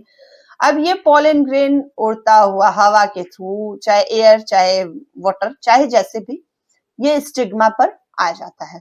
समझने की कोशिश करिएगा कि फर्टिलाइजेशन होता कैसे है। फिर आगे डिस्कस करेंगे कि अदर प्लांट्स में कैसे होते हैं, मतलब एक ही प्लांट के दो फ्लावर्स के बीच में कैसे होते हैं या अलग अलग प्लांट्स के बीच में कैसे होते हैं, उन सब चीजों को हम बाद में डिस्कस करेंगे। पहले हम इस चीजों को क्लियर करते हैं।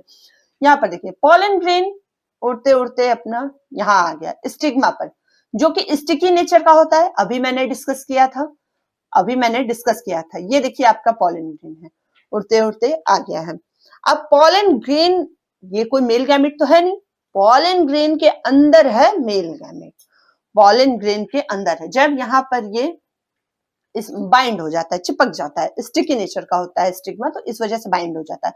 फिर एक पॉलन ट्यूब ग्रो करता है, यहाँ देखिए, ये देख रहे हैं, ये एक पॉलन ट्यूब ग्रो करता है, यहाँ पर देखिए एक पॉलन ट्यूब ग्रो करेगा, ये धीरे धीरे धीरे धीरे ग्रो हो जाता है। जब ग्रो हो जाता है तब जाके कहीं पॉलन ग्रेन से मेल जर्म सेल्स निकलते हैं।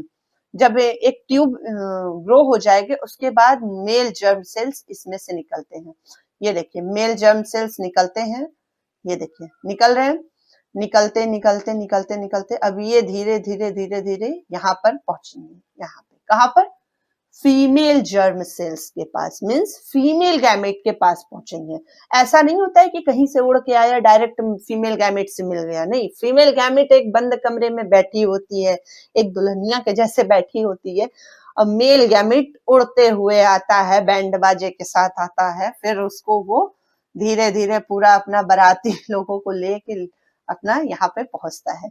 अब male germ cells and female germ sales दोनों फर्टिलाइज्ड होते हैं, फर्टिलाइज्ड होते हैं, जाइगोट का फॉर्मेशन होता है। यहाँ पर देखिए जाइगोट का फॉर्मेशन हुआ, जाइगोट का फॉर्मेशन होता है।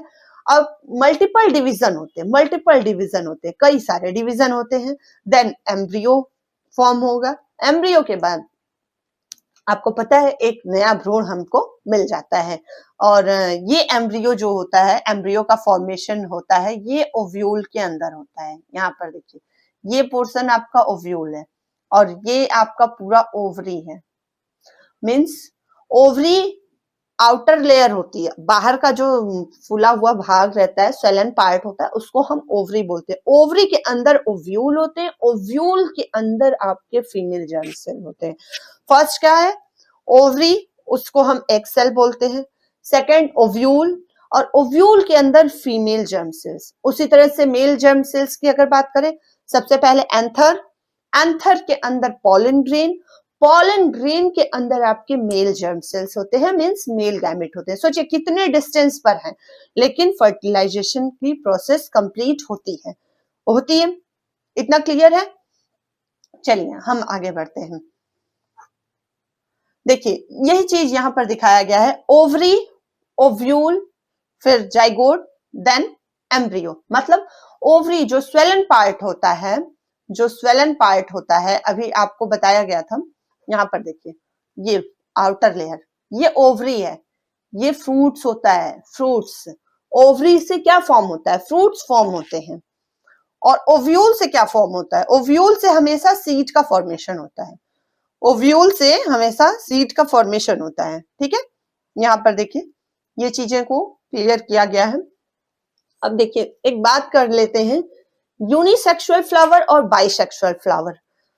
कहने का मतलब ये है, यूनिसेक्सुअल मीन्स दोनों sex, means male gamete, male germ cells and female germ sales, दोनों की अगर हम बात करें, दोनों मतलब दोनों मतलब एक ही प्लांट में होंगे, या तो स्टेमन होगा या पिस्टल होगा, दोनों होंगे, एक ही सेक्स कंप्लीटली होंगे, चाहे स्टेमन हो चाहे आपके पिस्टल हो, मतलब एक या तो मेल होंगे या फीमेल होंगे, दो में से कोई एक ही रहेगा। यूनि मतलब एक ही रहेंगे। ओके, ये क्लियर हुआ? यूनिसेक्सुअल फ्लावर और बाइसेक्सुअल फ्लावर, बाई मीन्स दो, जैसा कि आप समझ रहे हैं।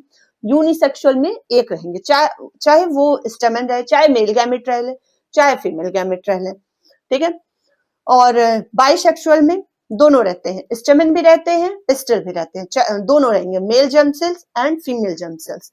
इसीलिए मैंने एग्जांपल में लिया था हिबिस्कस, गुड़हल का फूल। और यूनिसेक्सुअल फ्लावर की अगर हम बात करें तो पपाया हो गए, वाटरमेलन हो गए, इसमें दोनों नहीं रहते, या तो मेल रहेंगे या फीमेल रहेंगे। और हिबिस्कस में दोनों रहते हैं, मस्टर्ड में आपके दोनों रहते हैं। ओके, यूनिसेक्सुअल का कॉन्सेप्ट क्लियर हुआ, और बाइसेक्सुअल का हुआ। यूनिसेक्सुअल में सिर्फ एक रहेंगे, चाहे वो मेल रह सकते हैं चाहे फीमेल रह सकते हैं। बाइसेक्सुअल फ्लावर में दोनों रहते हैं, stamen and pistil, means male और फीमेल। ओके, नेक्स्ट आते हैं। देखिए इन सब चीजों को यहाँ पर क्लियर बताया गया है। ये देखिए ओवरी, अभी मैंने बताया ओवरी से हम हमें क्या मिलता है, ओवरी से फ्रूट्स का फॉर्मेशन होता है। ओवरी जो फॉर्म करता है वो फ्रूट्स का फॉर्मेशन होता है। यहाँ देखिए, ये ओवरी, ओवरी से क्या हो गया, फ्रूट्स। देन ओव्यूल से हमें क्या मिलेगा, सीड। और जो जाइगोट बना है भाई, उससे तो एम्ब्रियो बनेगा, जाइगोट से एम्ब्रियो बनेगा। ओके, ये क्लियर है कॉन्सेप्ट। यहां पर देखिए, जाइगोट से एम्ब्रियो, ओव्यूल से सीड, ओवरी से फ्रूट्स, और पेटल्स हैं, सेपल्स हैं, स्टेमन, स्टाइल, ये सब फॉल ऑफ हो जाते हैं। ओके, चलिए नेक्स्ट आइए, अब हम बात कर लेते हैं थोड़ा एक मेन इंपॉर्टेंट चीज को, कि अभी मैंने बताया कि फर्टिलाइजेशन होता है, ठीक है। फर्टिलाइजेशन में भी दो तरह से होते हैं, कि एक ही प्लांट के दो फ्लावर के बीच में हो सकते हैं, या अदर अदर प्लांट में हो सकते हैं, अदर अदर प्लांट में हो सकते हैं। दो चीजें हैं, उसी को मैं आगे आपके संग डिस्कस करना चाहती हूँ। देखिए, ये देखिए, इन सब चीजों को अभी बताया गया है यहाँ पर। पॉलिनेशन, आपको एजेंट के बारे में, तो सबसे पहले हम पॉलिनेशन का मतलब समझते हैं। तो क्या होता है कि transfer of pollen from another to stigma of a flower, means flower के स्टिग्मा पर, फ्लावर के स्टिग्मा पर, मतलब स्टिग्मा की अगर बात कर रहे हैं तो फीमेल जर्म सेल्स की बात हो रही है, मींस फीमेल रिप्रोडक्टिव पार्ट की बात हो रही है। स्टिग्मा पर कोई भी पॉलेंस का ट्रांसफर होता है, ठीक है, कोई भी पॉलेन का अगर ट्रांसफर होता है तो उसी को हम पॉलिनेशन कहते हैं। मतलब पॉलेन का ट्रांसफर होता है फ्लावर के स्टिग्मा पर, फ्लावर के स्टिग्मा पर अगर ट्रांसफर हो रहा है तो उसको हम बोलते हैं पॉलिनेशन। फ्लावर के स्टिग्मा पर पॉलेन का ट्रांसफर, फ्लावर का स्टिग्मा है, ये अभी मैंने बताया था। यहाँ पर देखिए, ये stigma, style, and this is ovary. इसी स्टिग्मा पर अगर कोई भी पॉलन ग्रेन का ट्रांसफर होता है तो इस प्रोसेस को हम पॉलिनेशन कहते हैं। पॉलिनेशन टू टाइप्स के होते हैं, टू टाइप्स, सेल्फ पॉलिनेशन और क्रॉस पॉलिनेशन। सेल्फ पॉलिनेशन की अगर हम बात करते हैं तो एक ही प्लांट के दो फ्लावर्स के बीच में होगा, एक ही प्लांट के दो फ्लावर्स के बीच में होता है। और अगर क्रॉस पॉलिनेशन की अगर हम बात करते हैं तो डिफरेंट प्लांट के आपके डिफरेंट फ्लावर्स के बीच में होता है। थोड़ा सा समझ में नहीं आया आपको, चलिए इस चीज को हम क्लियर करते हैं। जैसे देखिए, अगर हम बात करते हैं, देखिए यहाँ पे ये मैंने प्लांट बनाया, ये रहे फ्लावर्स, मान लीजिए इधर भी एक फ्लावर्स है, ठीक है।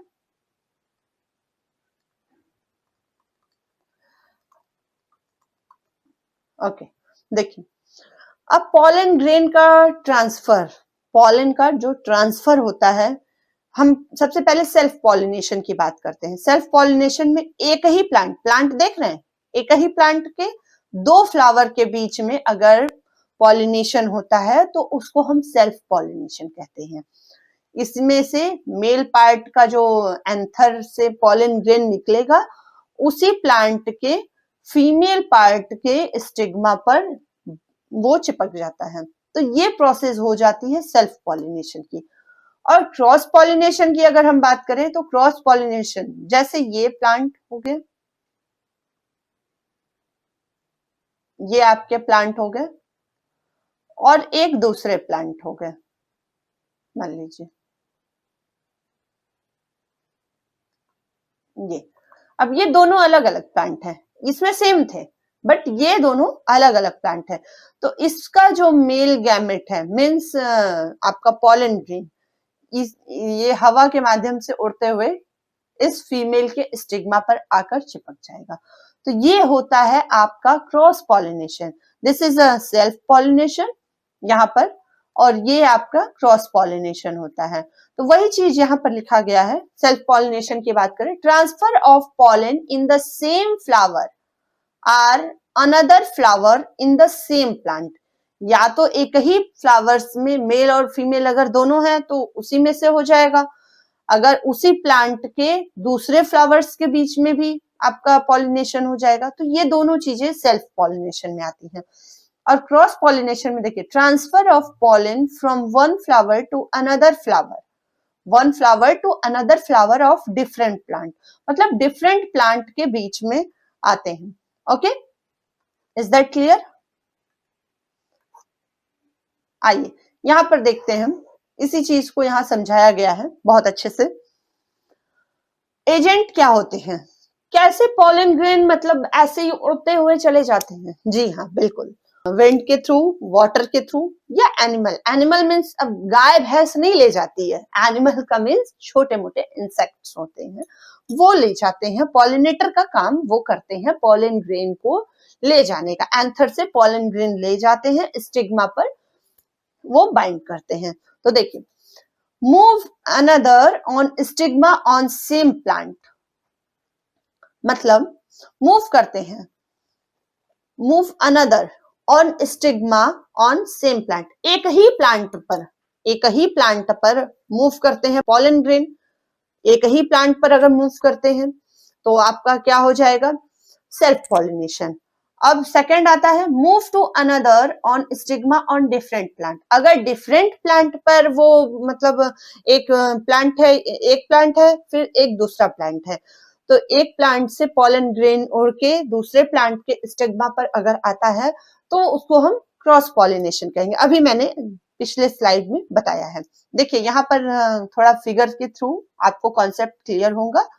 ये चीज देखिए, यहाँ देखिए पॉलन ग्रेन है, ये रहा है, ये पॉलन ग्रेन, और ये आपकी फिलामेंट, ये this is anther, anther and filament. Anther और फिलामेंट को हम क्या कहते हैं, क्या कहते हैं उसको, हम स्टेमन कहते हैं, मीन्स मेल रिप्रोडक्टिव पार्ट कहते हैं, मीन्स मेल कहते हैं भाई, मेल का पार्ट है एंड्रोसियम, ठीक है, pollen grain.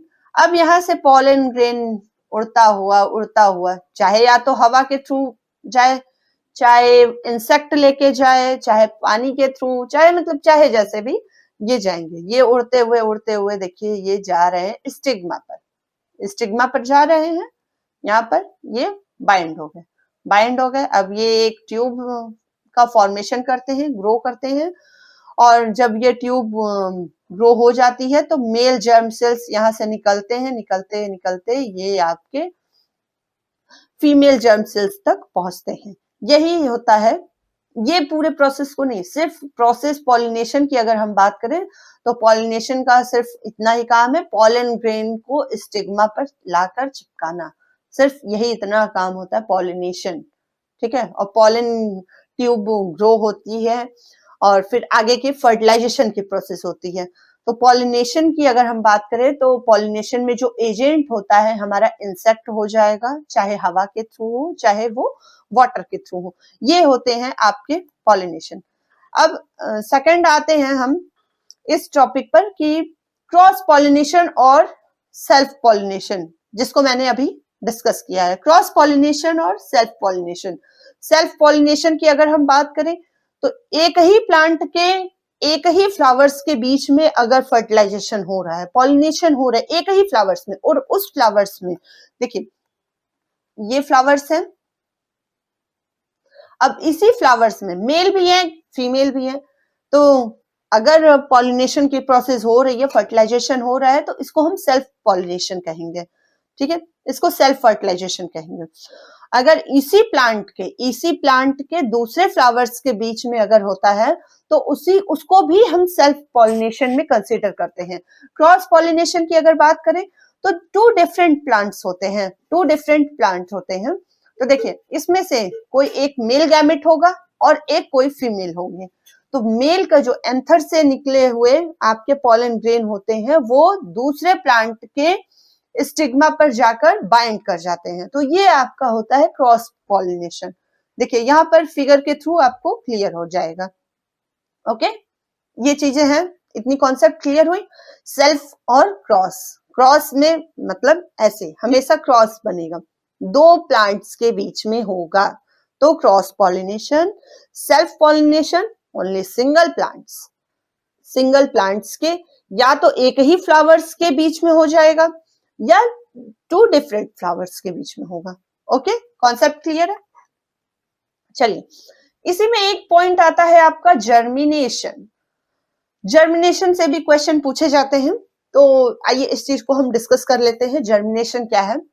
Development of seed, development of seed into seedling under appropriate condition. मतलब कोई भी बीज है, अगर हम उसको सॉइल में डालते हैं, ठीक है, तो वो जर्मिनेट करता है। इसी प्रोसेस को हम जर्मिनेशन कहते हैं, इसी प्रोसेस को हम जर्मिनेशन कहते हैं। तो इसमें कुछ पार्ट्स होते हैं जो अपर साइड जर्मिनेट करते हैं, उनको हम प्लिम्यूल बोलते हैं, और जो नीचे साइड जर्मिनेट करते हैं उनको हम रेडिकल बोलते हैं।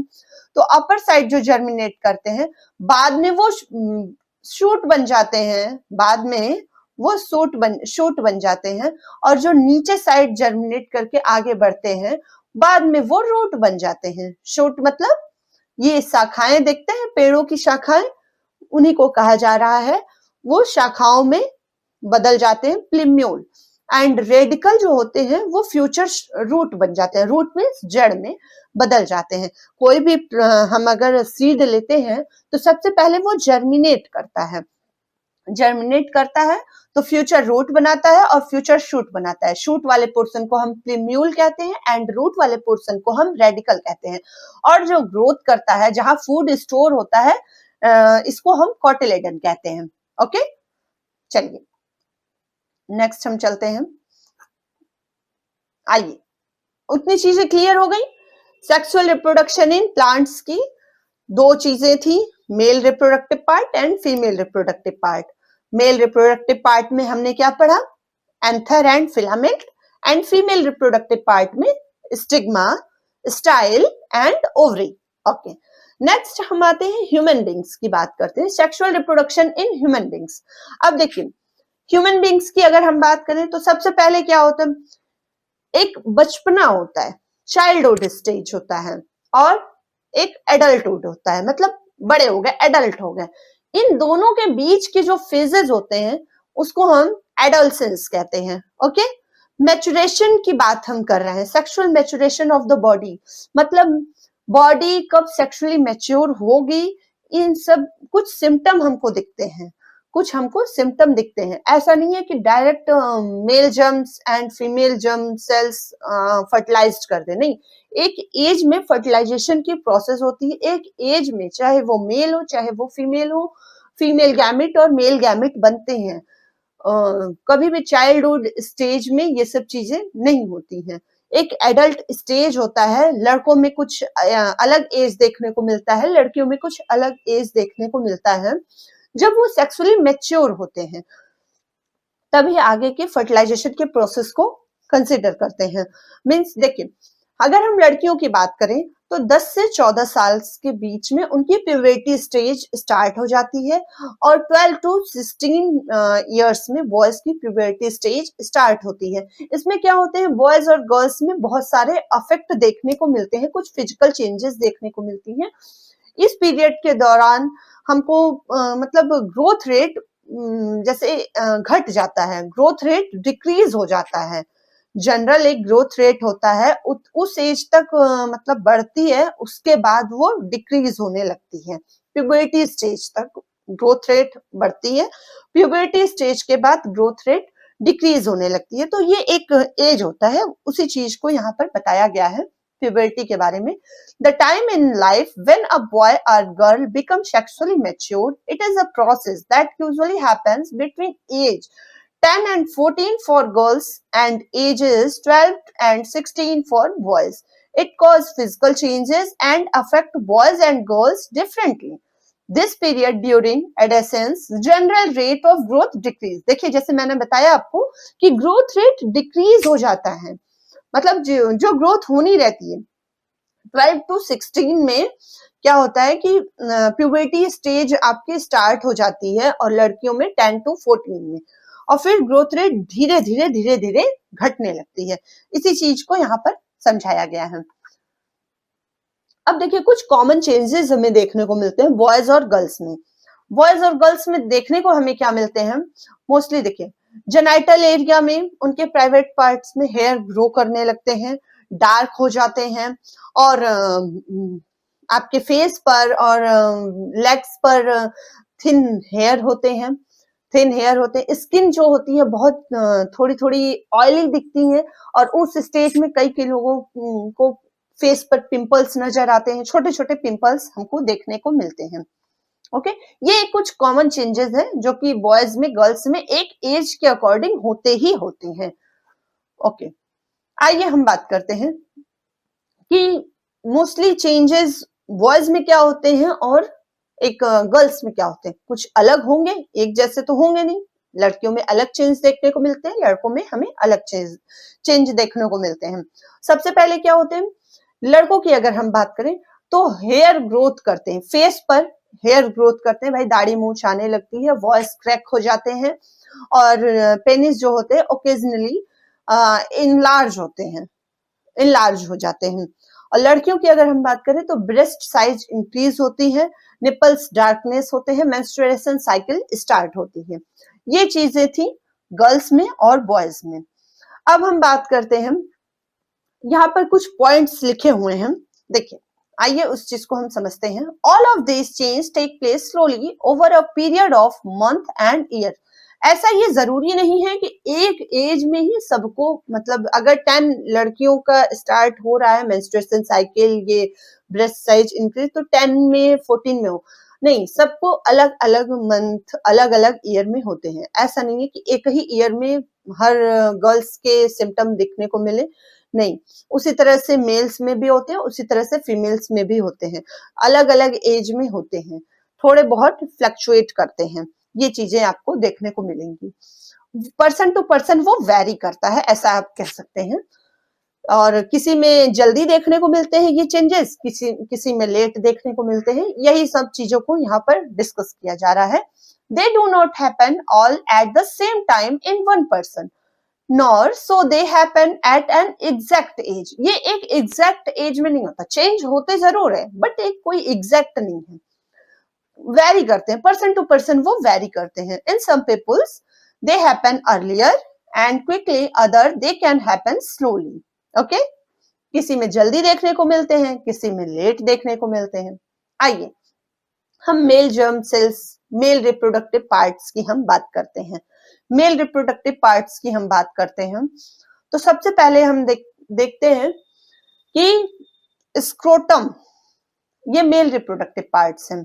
स्क्रोटम, आइए इस चीज को हम समझते हैं। यहाँ पर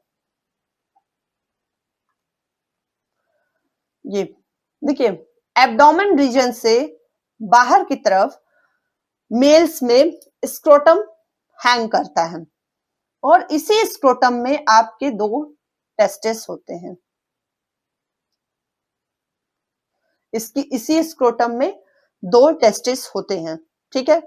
और ये टेस्टिस, देखिए ये टेस्टिस, इसी टेस्टिस में आपका मेल जर्म सेल्स होता है। ये रहे, ये मेल जर्म सेल्स, समझिएगा बात को, समझिएगा, ये मेल जर्म सेल्स हुए। अब ये मेल जर्म सेल्स ये रिलीज होते हैं, मतलब बाहर निकलते हैं। जब बाहर निकलते हैं तो यहाँ पर देखिए ये वास डिफरेंस होता है, एक ट्यूब लाइक स्ट्रक्चर होता है, वास डिफरेंस। इसी वास डिफरेंस के थ्रू ये मेल जर्म सेल्स बाहर जाते हैं। यहाँ पर ये ट्यूब लाइक स्ट्रक्चर होता है जिसको हम वास डिफरेंस कहते हैं, इसी से ये मेल जर्म सेल्स आपके बाहर जाते हैं। मेल जर्म सेल्स जब बाहर जाते हैं तो भाई बाहर जाते समय इनको 2 दोस्त मिल जाते हैं, ऐसा समझिए, जो कहते हैं अरे तुम भाई जा रहे हो फर्टिलाइजेशन के प्रोसेस में, तुमको आगे न्यूट्रिशन की जरूरत होगी, तुमको एनर्जी चाहिए, तुमको मतलब हर एक तरह से प्रोटेक्शन चाहिए, तो चलो ऐसा है कि मैं तुमको कुछ फ्लूइड देता हूं जिसमें इन्वॉल्व होते हैं, एक प्रोस्टेट ग्लैंड होता है और एक होता है सेमाइनल वेसिकल्स। ये रहे prostate gland and seminal vesicle. जब ये मेल जर्म सेल्स इधर से आपके देखिए यहाँ से निकले मेल जर्म सेल्स, यहाँ से जा रहे हैं फर्टिलाइजेशन के प्रोसेस में, तो ये फ्लूइड, ये सेमाइनल वेसिकल्स और प्रोस्टेट ग्लैंड एक फ्लूइड रिलीज करते हैं, ठीक है। एक फ्लूइड देखिए यहाँ पर रिलीज करेंगे, तो अब मेल जर्म सेल्स और सेमाइनल वेसिकल से निकला हुआ और प्रोस्टेट ग्लैंड से निकला हुआ फ्लूइड दोनों मतलब तीनों बाइंड कर जाते हैं, मतलब वो दोनों जो ग्लैंड है दोनों लोग फ्लूइड सिक्रीट करते हैं और ये मेल जर्म सेल्स उनसे बाइंड कर जाता है। जब बाइंड कर जाता है तो पेनिस आपका होता है कि इजैकुलेट करने के काम आता है फीमेल के वेजाइना में, और लेकिन यहाँ पे जो आपका मेल जर्म सेल्स है ये यूरेथ्रा के माध्यम से पेनिस से होते हुए फीमेल वेजाइना में चला जाता है। ये क्लियर हुआ? तो देखिए यहाँ से हुआ जर्म सेल्स निकले आपके, मतलब मेल गैमेट निकलता है, भैया निकलता है। अब निकलता है तो ये किसके थ्रू, ये जो लाइन जो आपको दिख रही है ये वास डिफरेंस है, इसका नाम होता है वास डिफरेंस। और रास्ते में भाई दो साथी मिलते हैं, उन दोनों साथियों का क्या नाम है, seminal vesicle and prostate gland. ये दोनों फ्लूइड देते हैं, तो जर्म सेल भाई इसको भी लेके यूरेथ्रा के माध्यम से बाहर निकल जाता है। तो जब ये दोनों फ्लूइड देते हैं तो उसको हम क्या कहते हैं, सीमेन कहते हैं। उस फ्लूइड को और मेल जर्म सेल्स को हम सीमेन कहते हैं। जब तक फ्लूइड नहीं रहता है तो हम उसको मेल गैमेट कह सकते हैं, लेकिन जब वो फ्लूइड मिल जाता है तो उसको हम सीमेन कहते हैं। ये यूरेथ्रा के माध्यम से बाहर निकल जाता है। एक टॉपिक आता है पेनिस। पॉइंट है, पेनिस क्या है, ये सिर्फ एक पार्ट होता है जो कि इजैकुलेट होता है फीमेल के वेजाइना में। ओके, अब उसी मेल गैमेट में ये आपके स्पर्म होते हैं। ओके, ये 7 पॉइंट है। इन्हीं सब चीजों को यहाँ पर बताया गया है। आइए देखते हैं, यहाँ पर देखिए बताया है। हाँ, एक चीज और, स्क्रोटम जो होता है ना, स्क्रोटम का टेम्परेचर बॉडी टेम्परेचर से हमेशा 2 से 2.5 डिग्री सेल्सियस कम रहता है, तभी वहां पर स्पर्म का फॉर्मेशन हो सकता है, अदरवाइज स्पर्म का फॉर्मेशन नहीं होगा। तो यहाँ पर देखिए कुछ पॉइंट्स लिखे हुए हैं टेस्टिस के बारे में। टेस्टिस क्या करता है, स्पर्म सेल्स को प्रोड्यूस करता है, कुछ हार्मोन्स को भी प्रोड्यूस करता है जो कि रेगुलेट करते हैं, जो कि रेगुलेशन का काम करते हैं स्पर्म के फॉर्मेशन में। एंड प्यूबर्टी के टाइम कुछ चेंजेस होती हैं, उसमें भी टेस्टोस्टेरोन हेल्प करता है। वास डिफरेंस क्या होता है, वो स्पर्म को कैरी करता है यूरेथ्रा तक, ठीक है। एंड यूरेथ्रा क्या होता है, कॉमन पैसेज होता है बोथ सीमन एंड यूरिन और सीमेन दोनों के कॉमन पैसेज होते हैं यूरेथ्रा, मतलब वहां से यूरिन भी निकलते हैं और स्पर्म भी निकलते हैं। Seminal vesicle and prostate gland मैंने बताया था, दोनों फ्लूइड सिक्रेट करते हैं न्यूट्रिशन प्रोवाइड के लिए, तो वही चीज लिखा हुआ है, eight there secretion put sperm in a fluid which makes their transport easier, provide nutrition. Okay, यहाँ पर देखिए ये चीजें लिखी हुई हैं। एंड पेनिस का क्या होता है कि deposit sperms into the vagina during insemination. Okay, वो फीमेल के वेजाइना में इंसर्ट करता है। ओके, लास्ट है sperm are tiny bodies that consist of mainly genetic material and a long tail that helps to move towards the female germ cells. Sperms का structure देखिए इसी तरह रहता है, ये मैंने बताया था आपको, ये कुछ इस तरह से होते हैं, टाइनी बॉडीज होती हैं और यही जेनेटिक मटेरियल को कंसिस्ट करते हैं। लॉन्ग टेल होता है that help to move toward the female germ cells. Okay, चलिए आगे हम चलते हैं। अब हम आते हैं फीमेल रिप्रोडक्टिव पार्ट की। फीमेल रिप्रोडक्टिव पार्ट में कुछ चीजें आइए हम जान लेते हैं। देखिए फीमेल रिप्रोडक्टिव पार्ट की अगर हम बात करें, जैसे वहां पे हमने देखा दो टेस्टिस होते हैं, एक ही स्क्रोटम में दो टेस्टिस होते हैं। उसी तरह से यहाँ पर क्या होते हैं, दो ओवरी होते हैं, एक ये ओवरी रहे और एक ये, दो ओवरी आपको दिख रहे होंगे फिगर में, ये दोनों ovary. Monthly means menstruation cycle जो स्टार्ट होती है, तो एक 1 मंथ में ये ओवरी जो है एग रिलीज करता है, नेक्स्ट मंथ में ये ओवरी एग रिलीज करेगा। मीन्स अल्टरनेशन होता है, एक बार इससे होगा तो एक बार इससे होगा, ठीक है। यहां से आपके एग निकलते हैं, एग रिलीज होते हैं, एग रिलीज होते होते होते होते होते होते फैलोपियन ट्यूब होता है। वहां पे क्या आपने देखा था, वाज डिफरेंस, और यहाँ पे क्या देख रहे हैं, फैलोपियन ट्यूब। फैलोपियन ट्यूब के माध्यम से ये आगे बढ़ते हैं, फैलोपियन ट्यूब के माध्यम से ये आगे बढ़ते हैं और फिर यूट्रस, यहाँ पर ये पोर्शन आपका यूट्रस है, यूट्रस से होता हुआ, सर्विक्स रीजन से होता हुआ, वेजाइना से होता हुआ ये बाहर निकल जाता है। ओके, यहाँ पर देखिए कुछ चीजें हैं जो आपको समझनी चाहिए। अगर फर्टिलाइजेशन की प्रोसेस होती है, फर्टिलाइजेशन की प्रोसेस होती है तो कैसे होती है, देखिए यहाँ पर से ओवरी, ये रही ओवरी, इस ओवरी से एग निकले, एग निकलता है। अब मान लीजिए स्पर्म अंदर है, अंदर इधर से होता हुआ, वेजाइना से होते हुए फैलोपियन ट्यूब तक पहुंचता है। तो फैलोपियन ट्यूब में ही फर्टिलाइजेशन की प्रोसेस होती है, इधर से एग निकला, इधर से स्पर्म पहुंचा, यहाँ पे फर्टिलाइजेशन की प्रोसेस होती है, यहाँ पर ही फैलोपियन ट्यूब में ही फर्टिलाइजेशन की प्रोसेस होती है। और फिर कुछ दिन बाद ये यूट्रस में आता है, ये यूट्रस में आता है और यूट्रस में ये ग्रो करता है। मतलब अगर आपके मम्मी कहें कि बेटा मैंने तुम्हें 9 महीने अपने पेट में रखा, तो तुमने कहना है कि नहीं मम्मी, गलत बात नहीं, पेट में नहीं था मैं कहाँ था, यूट्रस में था, आपके पेट में नहीं था। पेट में क्या करूंगा मैं रह के, पेट में कोई काम नहीं है मेरा, यूट्रस में आप थे। आप कहाँ थे, यूट्रस में। तो यही वो एरिया है जहां पर बच्चा ग्रो करता है, यही वो एरिया है, वॉर्म जिसको बोलते हैं, यहाँ पे बच्चा ग्रो करता है। ओके, अब देखिए इसी चीज को समझाया गया है। आइए हम नेक्स्ट स्लाइड पर चलते हैं। यहाँ पर देखिए ओवरी की अगर हम बात करें, site of ovum egg cell development, मतलब ये मतलब एग सेल डेवलप होता है ओवरी के अंदर, एग सेल डेवलप होते हैं और कई सारे इमेच्योर एग होते हैं और कई सारे मैच्योर भी होते हैं। मतलब हर मंथ सिर्फ एक ही एग रिलीज होते हैं, सिर्फ एक ही एग रिलीज होते हैं। 1 egg is produced every month by one of the ovaries.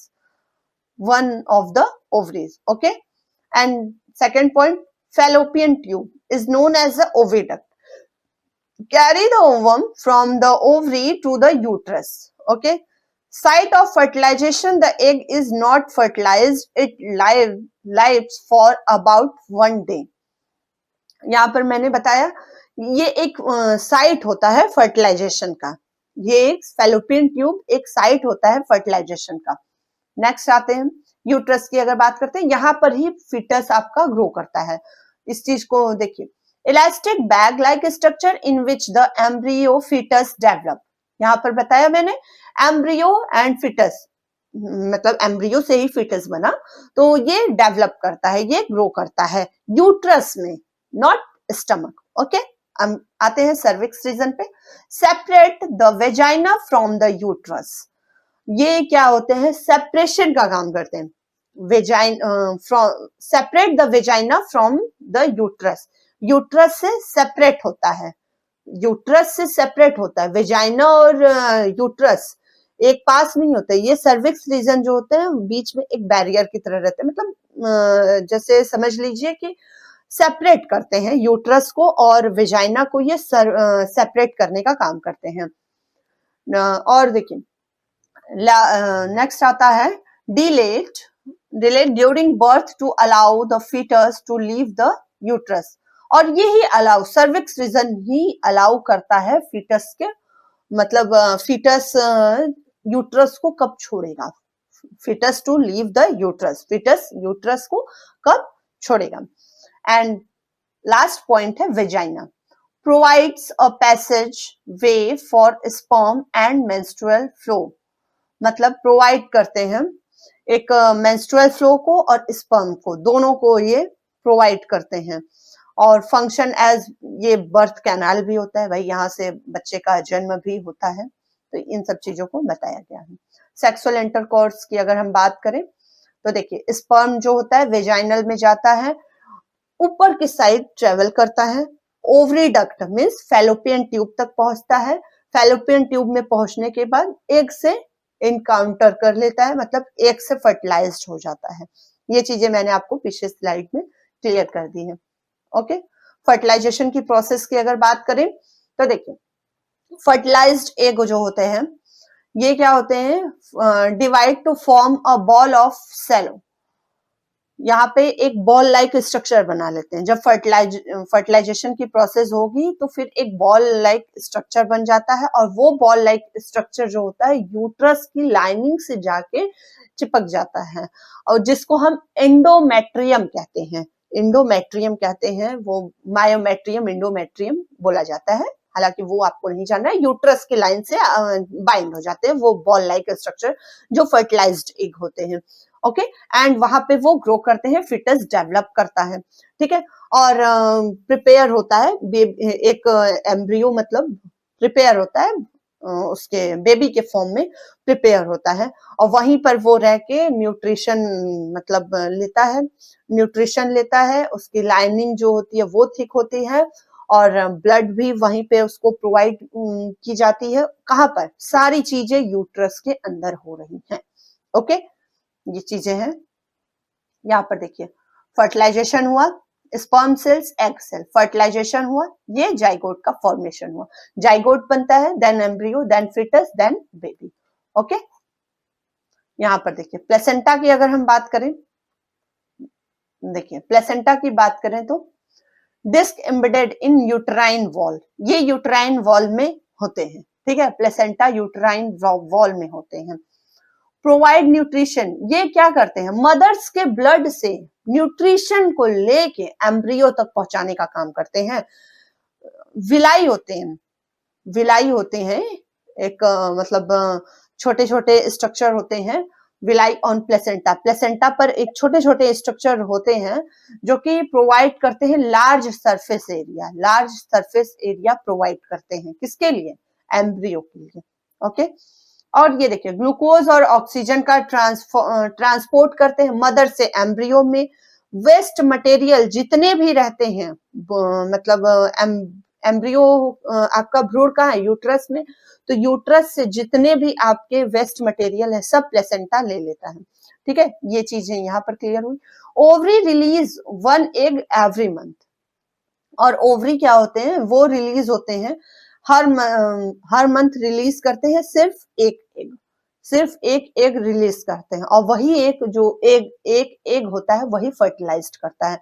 Uterus also prepare itself every month to receive a fertilized egg, और वही ये फर्टिलाइज्ड एग जो होते हैं वही मतलब आगे फर्टिलाइजेशन के प्रोसेस में हेल्प करते हैं।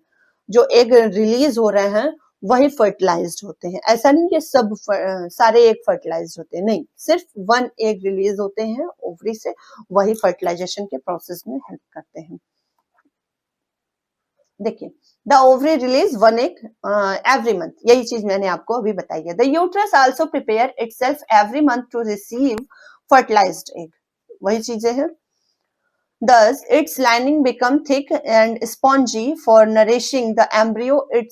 If fertilization had taken place, means fertilization के through embryo को nourishment provide करने का काम भी प्लेसेंटा का होता है। However, the lining is not needed any longer if fertilization does not occur. अगर fertilization नहीं होती है तो कोई lining नहीं बनती है, तो इसी के थ्रू मेंस्ट्रुएशन साइकिल होता है हर मंथ, इसी वजह से अगर लाइनिंग बन गई तो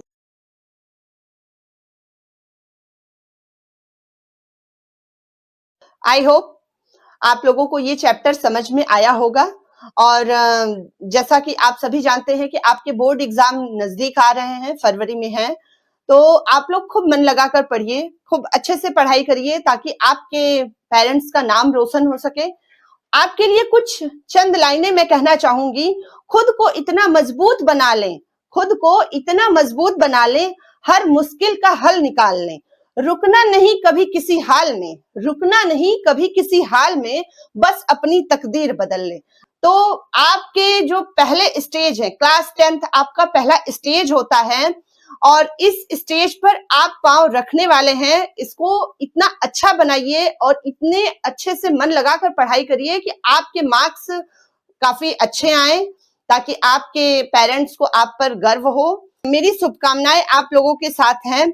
और जैसा कि आप सभी देख रहे होंगे, ये हमारी टीम है।